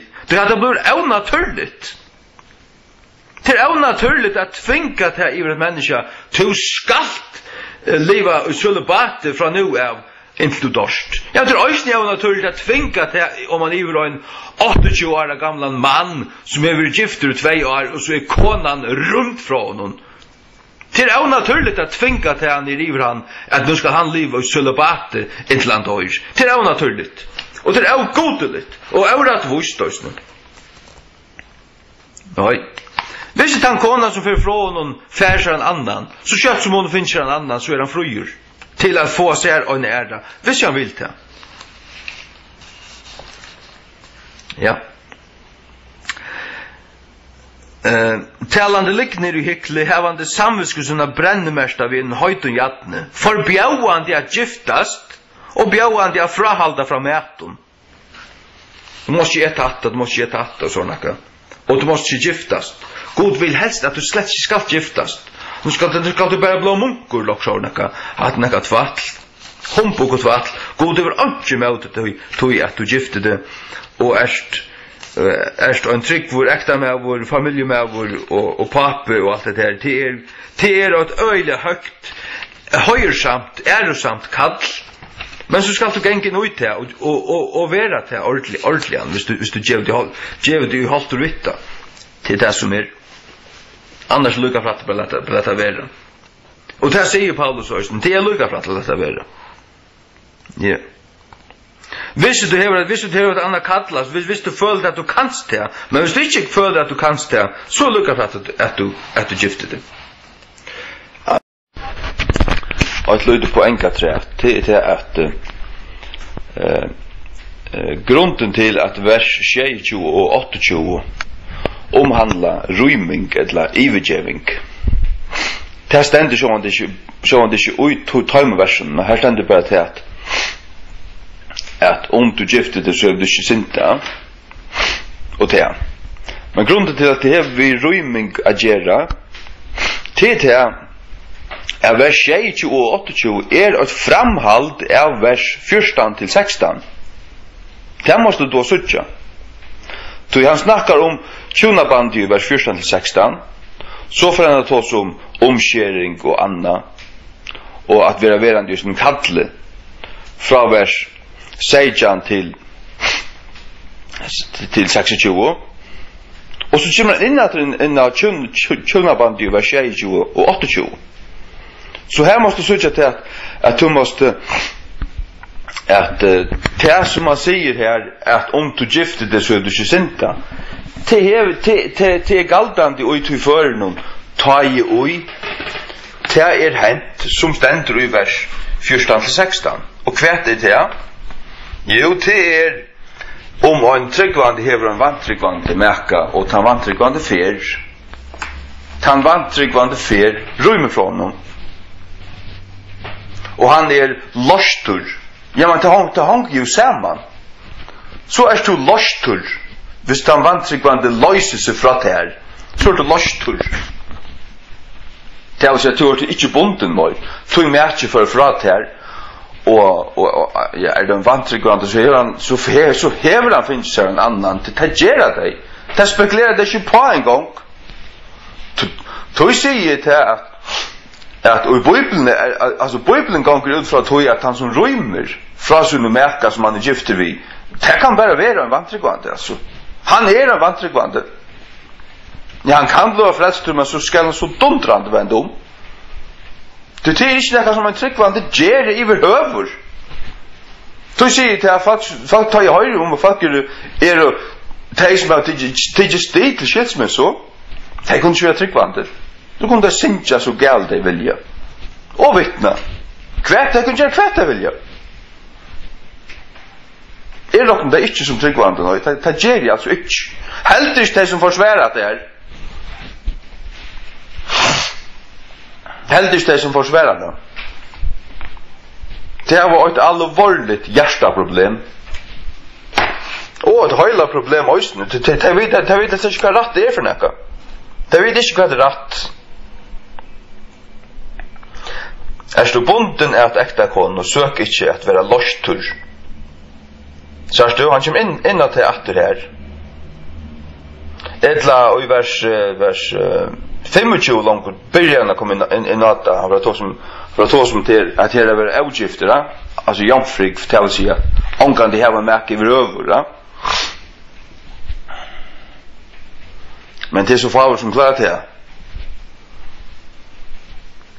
men at det her du bonden at ekta konu, søk ikke at være lostur. Du lostur fra ekta konu, søk ikke ekta konu.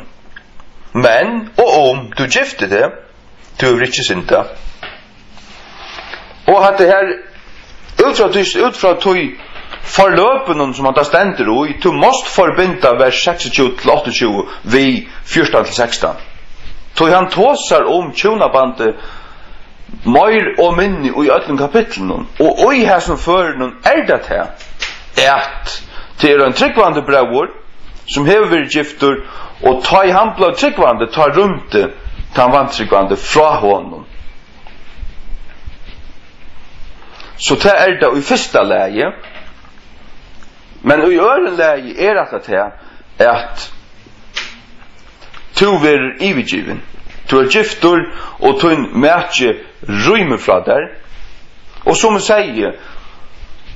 jeg sier du er bonden etter noen fer han fra der og ongan annan hever så du bonden etter noen du ongan du fruer bare til at nu får jeg meg en annan men til stund som mætjen der som runde fra der fer ser en annan til stundena to fruer fra honom. Du tar hever han bundet seg til en annan, og til ikke bare vi til at det er færre og ena falkakirkju, framan fyrir en falkakirkju prest, framan fyrir en sånn kvitan kasse her, som hever en kvitan dukoman iver, og 2 stearinljus her. Det ikke altar i Nudja testamentet ditt, det ikke som øyter altar, det ikke av 8 altar til himmelen. Vi tar ikke bruk for nøkron altare. Hvert til å komme sammen og i herranon, og i mån til å komme sammen ikke i herranon. Han sier jo, man lærte jeg bare at det være gjørst i herranon. Det sier han jo i kapittel 6 her, på en måned bestemt.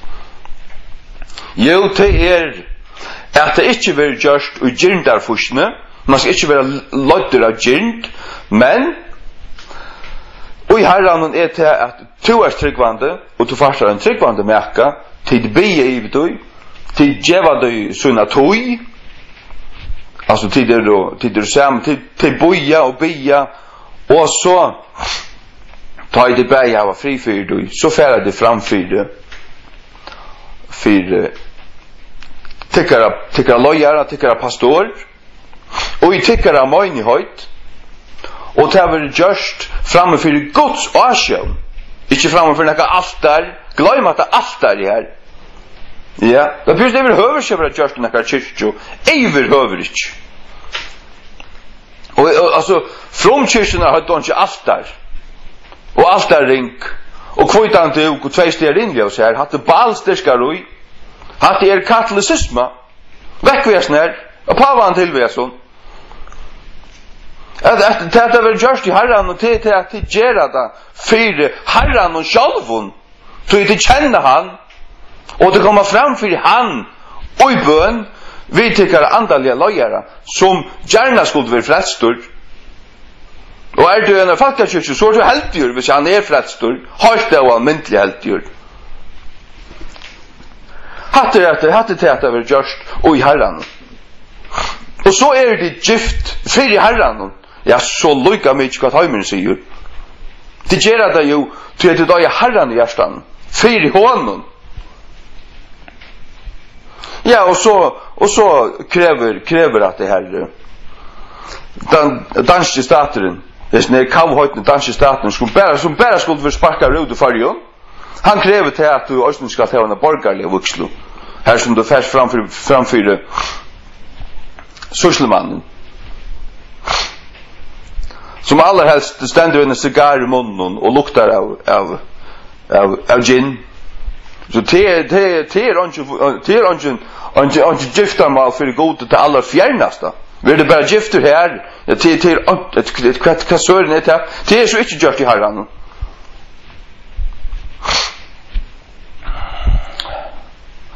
Det er jeg ser mange i høyden her som ikke öttast Guds år. Falkakirken her, og Och hemma missionen för det allra största. Jag vill höra på det finns jag bara traditionen. Finns jag bara ja, vi vet väl jag vara konservativ. Jag så spelar man alltså konservativ mot kvärt alltså. Nå så som det alltid är. Ja, men så ska ta ja, men kvärt är grundläggande. Du måste döma ett kvart för utfrån Guds ord. Inte utfrån tradition. Det är god det är inte tradition. God ständer som ord. Ja. Och ett kvart för som du ska döma om, alltså du ska döma om att här kan göra vi här. Kvärt löjve Guds ord och här som för någon. Jag så måste färra och Guds ord. Och så som man säger Jan, lastur är det rätt ordet, inte leisur. Du tar hangar inte teologiskt samman vid förlöp, eller avsnittet. Det hangar inte teologiskt samman vid avsnittet. Men lastur hangar teologiskt samman vid avsnittet. Tror jag att avsnittet är det att ögon förfrater. Så det är rymning, det är övergivning. Du är övergiven alltså. Du ständer efter av bären, du mist du märka. Så du har blivit lastur. Du vars bunten. Du vars bunten, men nu är du leisur. Du är du blivit lastur. Du är lastur. Helt 100% sikkert till rätt ordet. Ikke bara tog att det hanker logiskt samman och teologiskt samman, men ösnen tog att ja, men att det är den rätta bibeln. Att det är biblian alltså. Den antiokiska, bysantiska Guds biblia. Hinnar kan paven och biskopar alla hinner skojna sig vi. Ja. Och baptistan ösnen tog värre. Tar jag heller inte den rätta bibeln. Men det har så finns ju. Det har så finns jag förskunde ju. Här ständer alltså, du lastur fra ekta konu, søk ikke ekta konu. Og lastur sier til at det er, og tog for noen at man er vel gifter fyr. Ok, gifter fyr, ja, hvordan hongrer til sammen? Hvordan sier han blir lastur? Jo, her måste hoppa atter til vers 14-16. Og det sier dere at det er tog for noen at anker er rundur fra ter. Och Bibeln sätter såna fram att det är en tryggvande bror eller en tryggvande människa och han som runt det var en vantryggvand.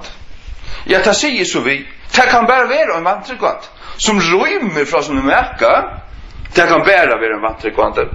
Så han eller hon var heldur täcka och vänta sig om. Och där många som försväras lukt borde heldur täcka och blive Guds människor. Här är jag glad för att det inte gänns. Helt ärligt. Nej. Jag kanske, alltså min bibel säger att jag inte ska vara ojämnlig och åka över samma vid en vantryggvand.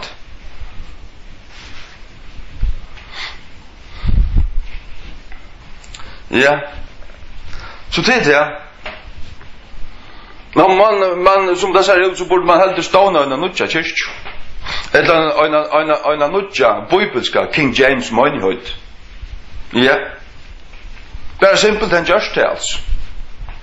Det är också flera som har sagt av mig. Ja, 3-4. Men det må jag få svär för att gå till fyra. Det kan man inte sti till bara. Det gör man inte. Det ska vara kattla så. Men får jag det jag suggerar lite. Vi boltar bräck. Amen. Pappa var trupare och i Hetland i 5 år, men han var östen sjömans prästor. Ja, alltså prästor. Som en armor av till norska folkakyrkene. Och i Hetland, alltså det var sjömanshöj, men det var östen lyckas som en kyrka. Här var lyckas som att ta i möte värd, ta värda som ett altar. Och är för ofta i oman här att sätta altare upp kväll till 4. Det var det trutja plater som skulle sättas upp. Och så smalt det samman. Och så kallade man kvitan duk om man iver. Och vet att kvärt. Jag sa kvar var innanför den här altarskassan här bort. God satt ikke her og knella I to. God var ikke innenfor altaret. God var slett ikke inne I ojasen altaret noen. Vet du hver god bor eller ikke bor? Han bor paven spreller mykje og innenfor en altarkassa, innenfor en kvoitan duk to. Hvis han ikke bor I tøynon hjärsta, og tog endurfattur, fyllt ur heilig andan, så bor god slett ikke her. Iver over ikke. Så kan det hava det så fint. Og stearinljus, himmelhø stearinljus, som paven hever, så I Vatikanen her. Kostar sikkert en halv miljon stykke. Ekta god til tvarstur jöknon. Og på en risa stauren altare. God bor ikke her. Hvis det ikke personlig endurfatt og frelst, så bor god slett ikke her. Og til Bals tilbyan, heldur en Guds tilbyan. Ja, men det det. Det ikke til livet. Det vanlige kyrkjefolket, det for køyrande I jöknon bygdena, eller bojen. Så køyrer det for å bo I kyrkjena tjassar. Og så hikker det, og her bor god. God bor inne I hesten husen her.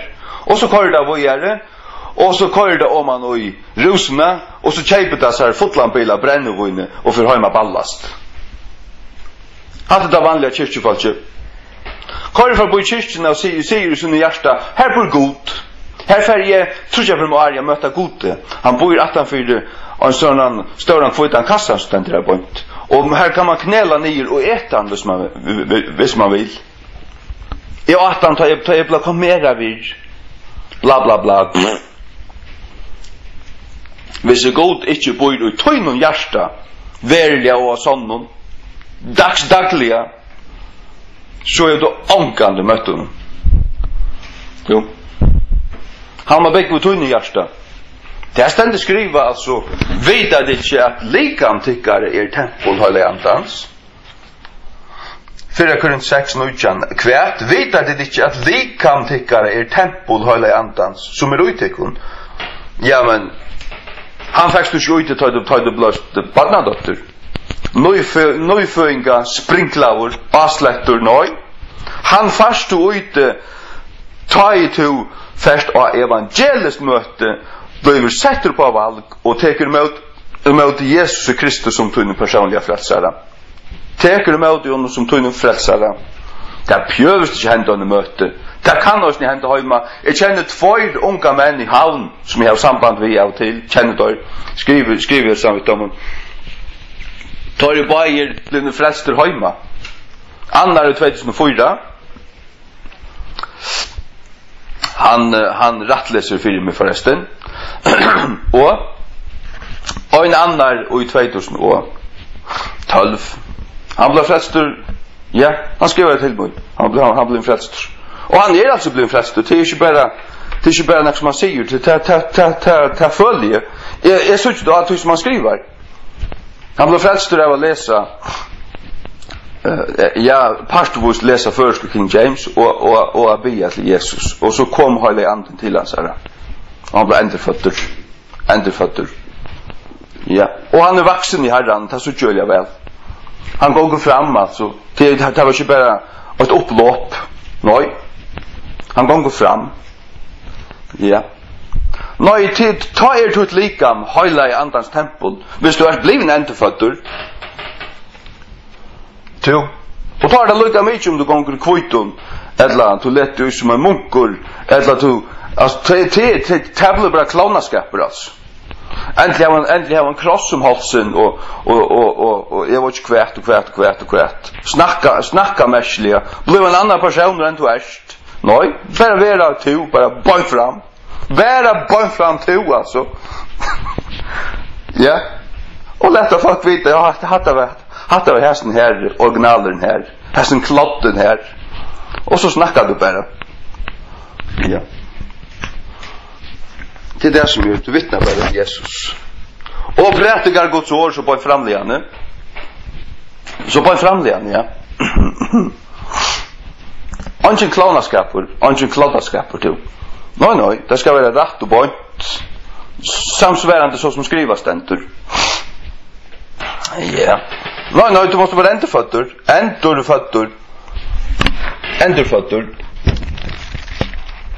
Johannes 3. Og sjau 2. Johannes 3.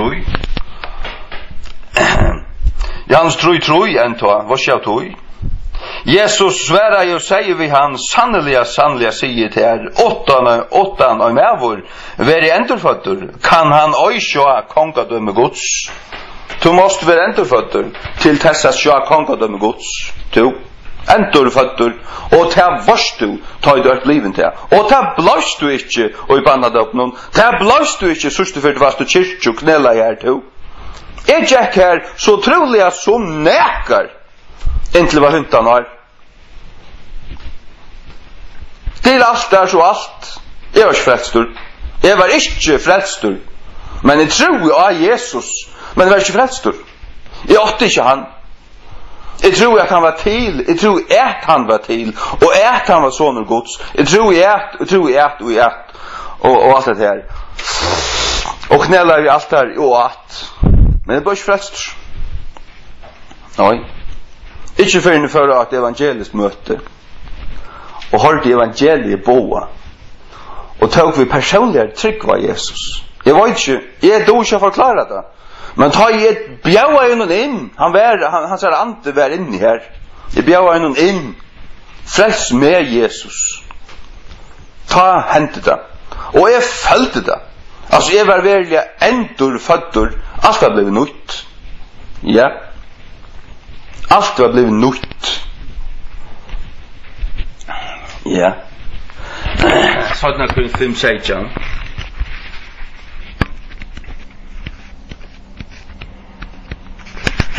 Kom nu kom. Sådana kun 5-16 säger. 16. Tess vegna nekar mevor veri i Kristi. Han en nutjur skapningur. Gamle loter farnir borstur. Soi. Atler loter varner nudger. Atler loter, og det skal du vittna, ta jebla frelstor, ta fra deg til annan, vær atler loter nudger. Ja. Spiltur nudger og nudger, ja. Og spiltur nudger vær det. Og atler loter flunka nudger. Tenk hva det var du. Halleluja. Halleluja. Ja. Til akkurat det. Til bare takke meg til Jesus du. Men du må søke han, du måste avkalla han. Testendet skriver at hvert han som kallar av navn Herrens skal være frelstur. Skal være frelstur. At det sier Peter og i Prætikusøyni og første Kvitsund Gjerningar Apostlarna kapitel 2. Ja. Så kallad du av Jesus, så verer du frelstur. Når jeg var frafallen i 6 år, og miste åndsdåpen, men kom så atter til Jesus i 2003, og bøyna veien bakte munn i knua og råpa jeg av han. Bare nevnte hans navn fram munn i hjärsta, så var han her bøyna veien.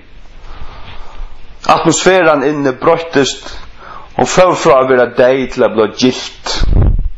Og jeg hørte en stav komme nyer. Dunks! Mitt og i galve og i rummen her som er bæ. Det kom en bræk og jøkken huset ta i bæ. Og det kom et dog nyer i galve. Og atmosfæren brøttest vi ett vekk. Hun ble gilt. Hun ble høyt. Hun ble livande. Det var liv. Og i hverjon kubikcentimeter og i rummen var liv. Halleluja. Fra å være deg og i hverjon kubikcentimeter i rummen Arren, så ble det liv og i hverjon kubikcentimeter i rummen til Herren var kommet inn. Ja. Og bøyna veien var det djervor for ut av vittna så. Ja. Og vittna er for tog Svea-familien her i og akkurat bøyna veien sette deg så dundranskap mat. vi boldrebrekk på denne veien. Og så kom vi ha inn til, og jeg be, og i 4 eller 5 måneder, fra mai til august, 3 måneder, ja. Og søkte Jesus om at jeg skulde av kraften etter, altså. Ja, altså han, det var akkurat som ta i Israel, bardest, la Jakob bardest ved godan hele natt. Jeg slipper det ikke, altså. Jeg slipper ikke godet. Han skulde gjøre meg etter. Og så gjør han det. Ja, men det er han det skulle ha gjort. Annars finnes ikke fri for meg øyne løte hvis han sier gjørst det. Så han måtte bare gjøre det. Og han gjør det så. Til det du. Hører du med? Hvis du vil være frelstur til, så blir du frelstur. Du så bøyer du dine knø, og så ber du inntil du blir det. Men det er ikke bare noe be. Du måste veta hva du ber til, og du måste lese hans her ord, hans her bok. Fader han først King James. Hvis du ikke finner en, skriv inn til meg. kjv.kjv.fo. Jeg skal sende deg en i morgen. Jeg skal sende deg 2 øyntøk, avkjøpes, og i posten. Det koster bare 42 kroner til kvarter. Hver du så erst, om du så erst i Danmark, eller i Spania, så skal du få det. Og sørg så for jeg leser det. Og sørg så for jeg bare den knø dattelig og be til Jesus. Han frelser det. Det kan jeg bare garantere at han gjør. Han gjør ikke mannamon, tog betur. Ikke mannamon. Ja. Sørens brelle med, han frelste jo en mordere av krossen når vi så inn av seg. Han sier, du skal komme med meg, og sannelig sier det skal du være med meg, du paradiset. Du. En mordere her som setter seg dalet av Jesus, og bønner jo, ei mjukjelige om nøye. Hvor gjør du ikke det? Bare ei mjukjelige, bare fra den ærligste hjertet, altså. Han hører til. Han hører til. Og da jeg sier, at be inntil du finner, til jeg som du rævlig strave, ja, men,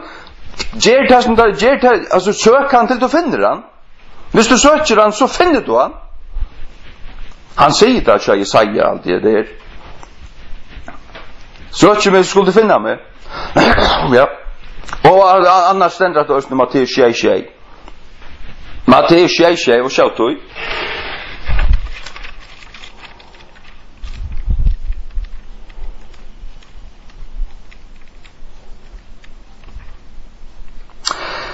Be om og det skal være givet tikkun.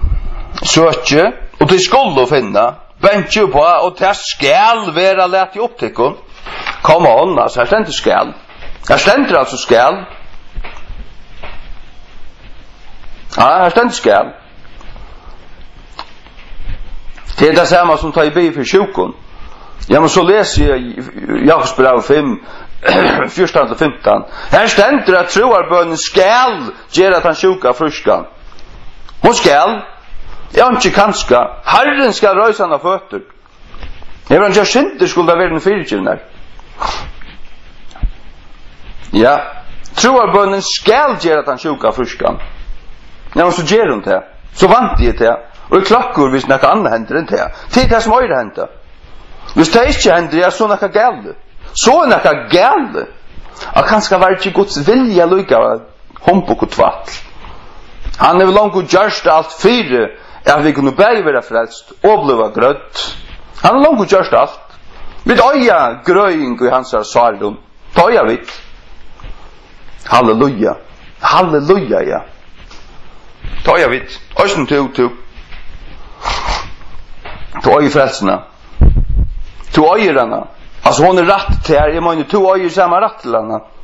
Du skal bare åpne dine henter og ditt hjerte og takke imot i trygg. Takke imot i Jesus. Jesus har siktet til dess. Alt det der vi opphatt i gyftene, det virker nok så flakt og innviklet, men det er det egentlig slett ikke. Det er det egentlig slett ikke. Altså, den svikne kan alltid gifta seg opphatter. Han er ikke nekkar hårebokur, eller nekkar hårra. Han er usikker.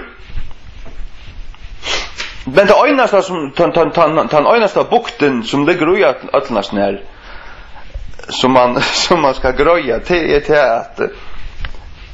at den svikne som er blivet rundt ifra han kan ikke få sånn annan på denne veien. Ta velst hvert han gjør som er ferdig fra der. Du hvis jo øyne ferdig fra der og bare er ferdig fra der men bor ønsmatler, så er han stadigvæk tøyn. Sjalt om det finnes ikke skilden av brøv. Det er slett det som skilder ikon. Jeg vil øver ikke. Det som skiljer det kun, det hvis jo en tredje pastor kommer inn i middelen. Det vil si at han som forfratar färsar en annan. Ta det ordentliga skilt. Og ta kom det de kan komma samman efter. Alltså till mot gode. Ta skall han som runt bara häva han som han hävor. Ta till. Tjunafälla in chatta i personen. Om man gifter lite, ja man det samman så skulle det ju giftast. Men det åt om det vilja det eller oj. Om det vilja det eller oj så det åt. Så var det samman så det åt. Ja.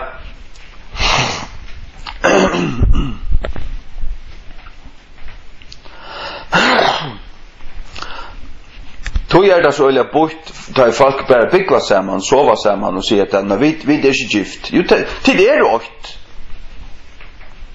Det bare sin du bort i hatten til noe helt annet. Men det åkt. Og til vilja være leis, men det ikke leisere enn til at det åkt. Tog det så at det burde bare til ikke gifte ikke, til det åkt allikevel. Altså halsliga. Men det nekka som øyter at giftast. Jo. Men det er gjørst i herran. Forstendet du at det er? Herren gjør 2:8, ja. Herren gjør 2:8. Og så stendet det som Herren har sammankommet skal mevor ikke sunt og skilja. Det vil si at det er Herren som gjør 2:8, men det er bare et annet menneske, altså en tredje pastor, som kan sundur skilja 2. Det er ikke suslemæveren. Det er ikke rujtjesombøye, takk og lov, men det ta i han som rundt fær ser en annan. Ta det klippt ordentlig av. Jeg vil ferdig alt dette her. Jeg vet at det her. Jeg sutja at det her. Ja, så jeg også lasta tan sværa veien, tan ordentliga sværa veien, tan hjärsta knusande veien. Människan det skoid hamrande kubut. Det klart han Det bor ikke et gram av gavun i menneskene. Ikke et gram. Da kun det humanister bara smörja i egen jadekon. Det är bottnönt. Nu upplära det dockara böden till att vara sodomittar än ta.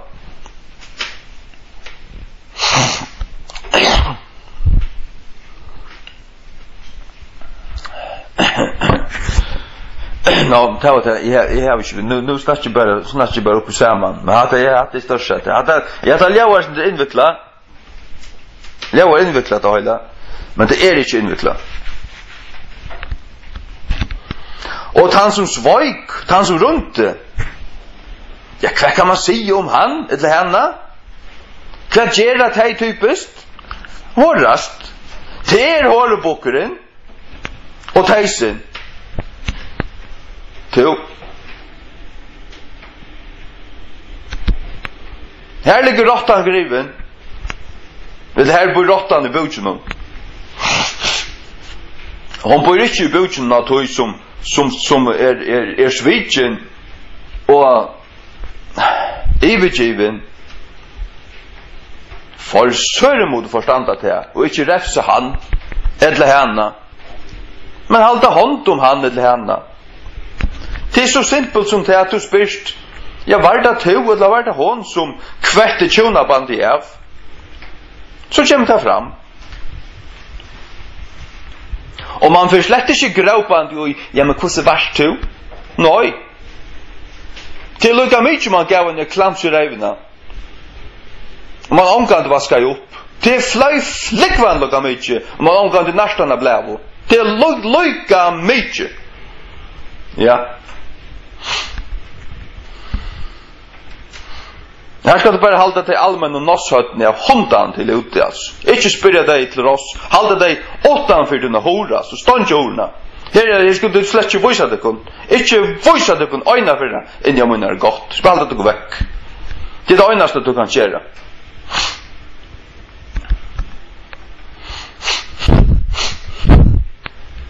Jag har sagt det nu så ofta det øyneste som rättvist ger tjonaskillna till utroskapor. Alltså silöjse eller hår utroskapor. Det är det øyneste. Tog att ta i utroskapor hever funnits det. Ta hever man långt och klippt och i bandet för hunden. Bandet långt och klippt det av. Hvis du først samfunnet øren, så du gjørst et lagt ved tannpersonen. Og da har du langt klippt hit. Du hever ikke tvei tjonabånd køyrande, nekran tog. Om du så først ved en skørt, så har du blivit lagt ved henne. Og det bandet hanker til tunna sal, alt ut lov. Hvis det ikke blir oppgjørst, altså. Ja. Det er så 100%. Det kan jeg garantera der. At han som hever i avtrykkvår han påinnest hos sin hjärsta han løyt jeg kunne sagt at det her vi må tjonafella hatta var du først og fart en knøyv ut ut egna hjärsta til lønnen som synden djevor du selv finnes der da Øysene hvis du begynner at hugsa Anna og kanskje hitja til filmen og mynden som folk gjør. Det er akkurat det samme. Det er lykka ringt. Det er også når driver hår i hjertan. Tog må at det her bare være fullkomlig rønt, altså. Det er null hugsjavnen, altså. Det er to og tunnsjonafellegi og ungen annar. Ikke en gang til allmenna som vil trønja seg inn av tunna hår og se at hver skapet skal standa i tøynen huset. Gjev dem noe fast nossa sparsk og bleka deg ut. Det er mine ærlige råd etter at jeg var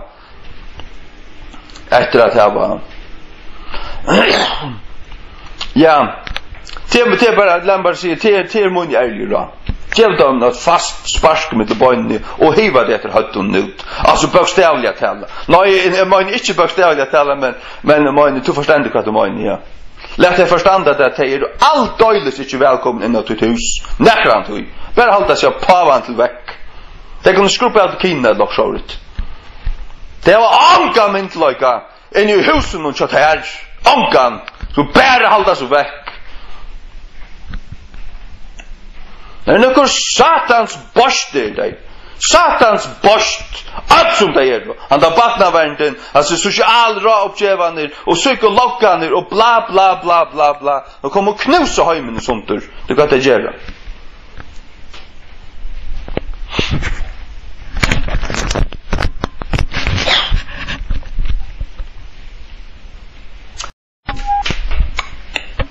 Nei, det som mange vi tar sider innviklet til det at det er sommerfære ut av grøvene. Men så er alt læge. Ja, så er alt læge. Så kan jeg ta leva bare som øyne kvar kan bare skiljas og giftast opp at nei, jeg behøver ikke. Jeg behøver ikke. Du altså, jeg vet ikke så folk då slett ikke hoksa. Det er då ikke suttja øyne høyld som er større enn 8 og 2. Hese bei tingene. Hvordan skulle hese bei tingene standa? Hva hvis det her er kanskje 4 eller 5 ting som standa imot til hvert annet? Hvordan stender det så? Ja, det er det som du må hoksa sin tur. Det er det folk er langt enn giv i hoksa. Folk, jeg vet ikke, sitter bare i en stål og hikker i sjønvarp. Etter omkring kåp uten Hollywood brastle. Drastle, mann. Brasse. Nå, alle var et hos, altså. Nå, ja, det her hver kan skiftast opp at jeg har langt sagt det. Og i prinsippen er det så at har du gifter så er det inntil deg en kilder. Det er altså basis. Det er basis. Sånn er det. Sånn er det. Altså en kona som er gift med en mann, hon er bunden til han dør, og det skal hon vita. Men det vet där uppenbart inte. Till här hårdömer ligger. Till tar du gånger med det tog. Och till folk tog värre färden att göra. Så är det här. Att tar man i ständer och i tog soppene. Att man finns ju en tøyluka. Eller to kona finns ju en tøylukan. Drump som ger tøylukt. Hva gjerst du ta i stendur her? Du var giftur 2 år, og du den beste åren, og så rymmet hun tjonafella ifra der. Og mannjøten ikke hadde sitt her, nå skal du bare liva og sølebate inntil du dorst, som 5 år gammal. Det klarer du slett ikke. Hva søren skal du så gjøre? Jo, jeg har sagt der da. Du bojar inntil han som fører fra der, hever finnes her, og en annan eller næra. Og tann bojetøyen i overhøver ikke så lengt. Du tann hår kalla drumperen, han skal kjøtt krøtja så gjør han annan.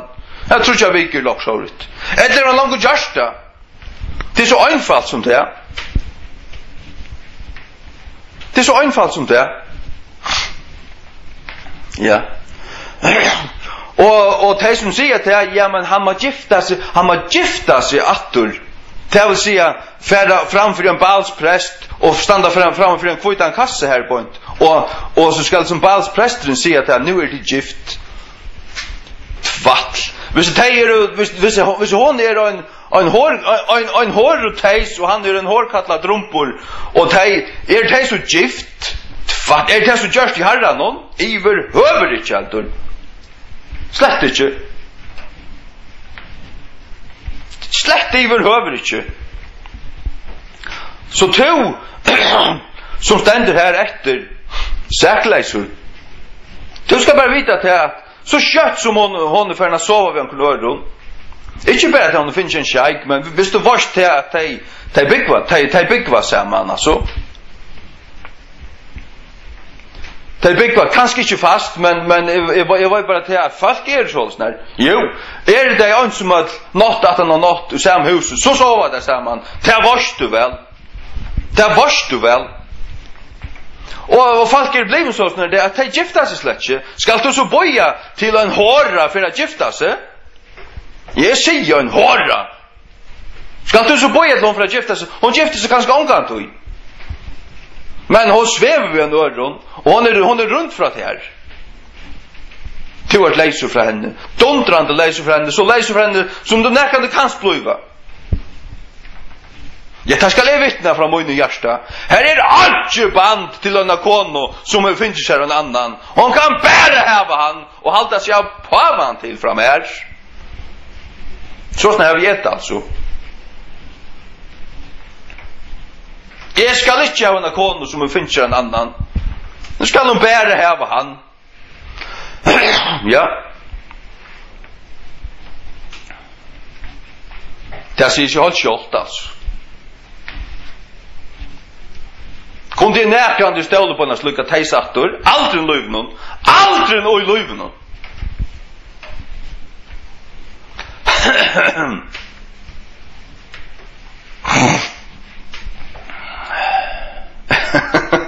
Hei, paven sprellet av til, altså. Sånt du sammen. Ja. Nei, fatt man for å forstanda det her. Forstanda det er rett, altså. Og i utgangspunkten tjonabandet sjálvande inntil dagen kilder. Ja, men det hva det er. Men det ikke alt som hoksa så. Det ikke alt som hoksa så.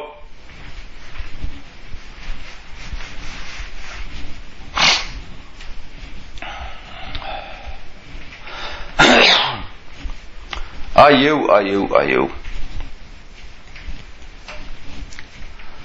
Nei, det er fantasy det. Det er et fantasy. Men du har suttet her i Guds åre at og jeg som sint i heime så har God skruvat det sånn sammen og i sunn åre at de sækleiso, de rettviso graupa de ui hans røyne og sånn og bøk King James så sørst du til at God gøymer til sunn rett. Han gøymer til sunna rettviso. Ja.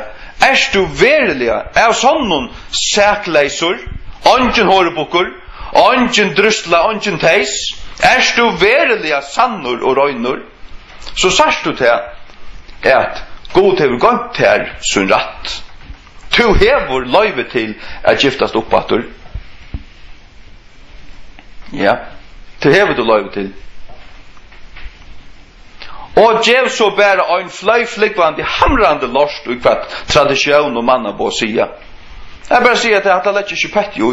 Jeg har funnet sannløkene Guds år. Jeg har hørt fra høvespresten. Så kan det være lykke mye hva alle balsprestene sier.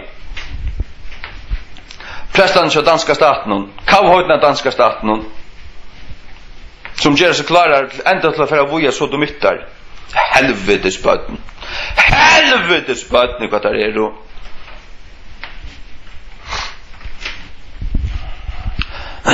Ja. Ja, det kvært har er jo. Om det er Danmark eller Farjon til lykke mye. Tar som gjør hatta. Helvetes bøtten.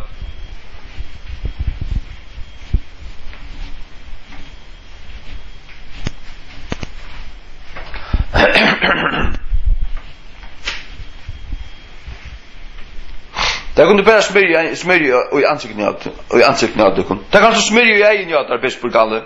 Smyrje i egen jatar. To en blinde drumpor.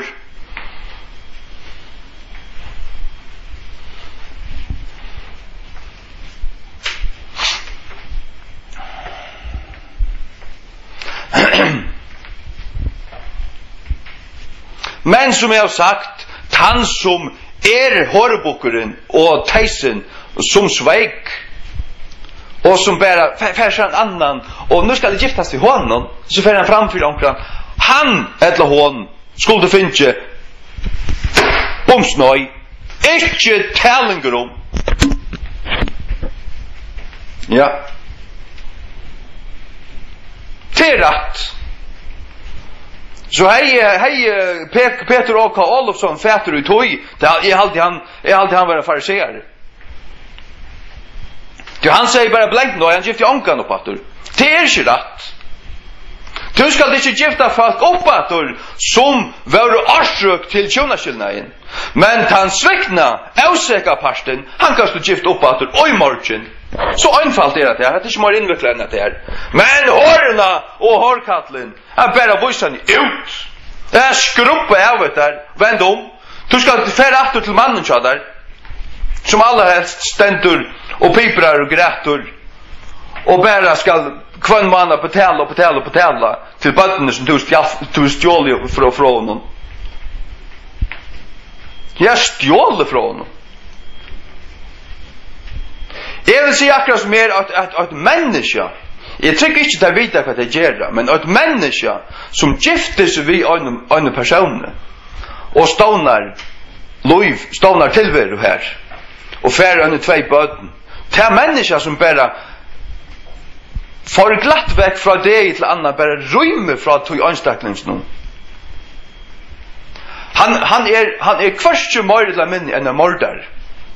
Han eller hon, aller helst hon. Det er så skojtputtar og spiltar i det, det er helt aufætelig. Det er så konar. Og jeg lagt der av sjøvnaten og bløvun og kvinna og kapavn, det er alt så kjøput og satans impregnerat førstur jaknon. Det er rei til å bare blekka det sjøvnaten til helvetes. Til helvetes vi sjøvnaten. Og danskum bløvun og kvinnebløvun og alt det her, det er så kjøput og jeg lekkjande.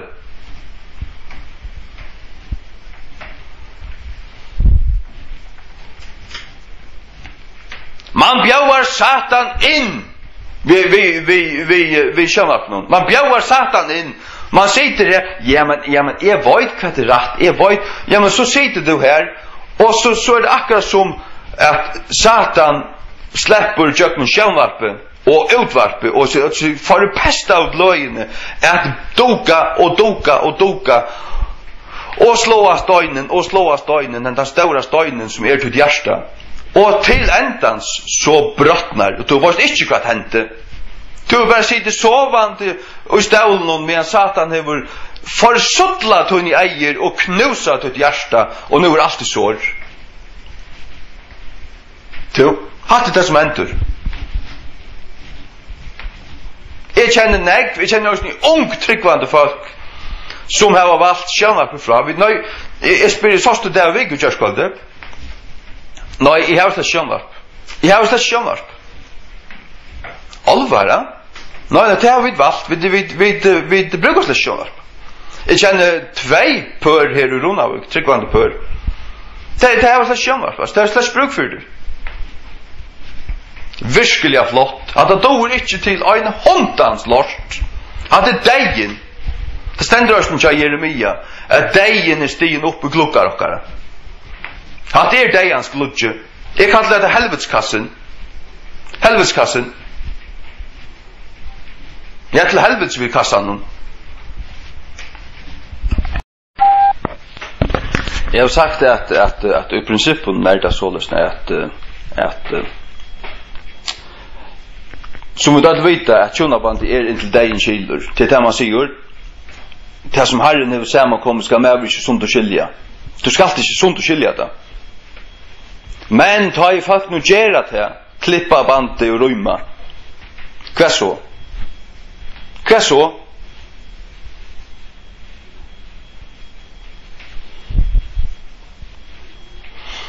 Ja, hva så? Oha. Det er så til. Gyslet er det. Det ræver litt.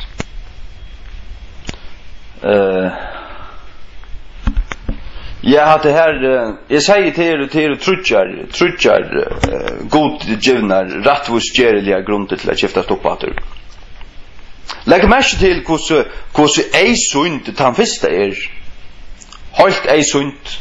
Til hvis er ikke dunt øyr. Det sier seg selv. Det du alle forstanda. Og gauteka hos sin hjärsta.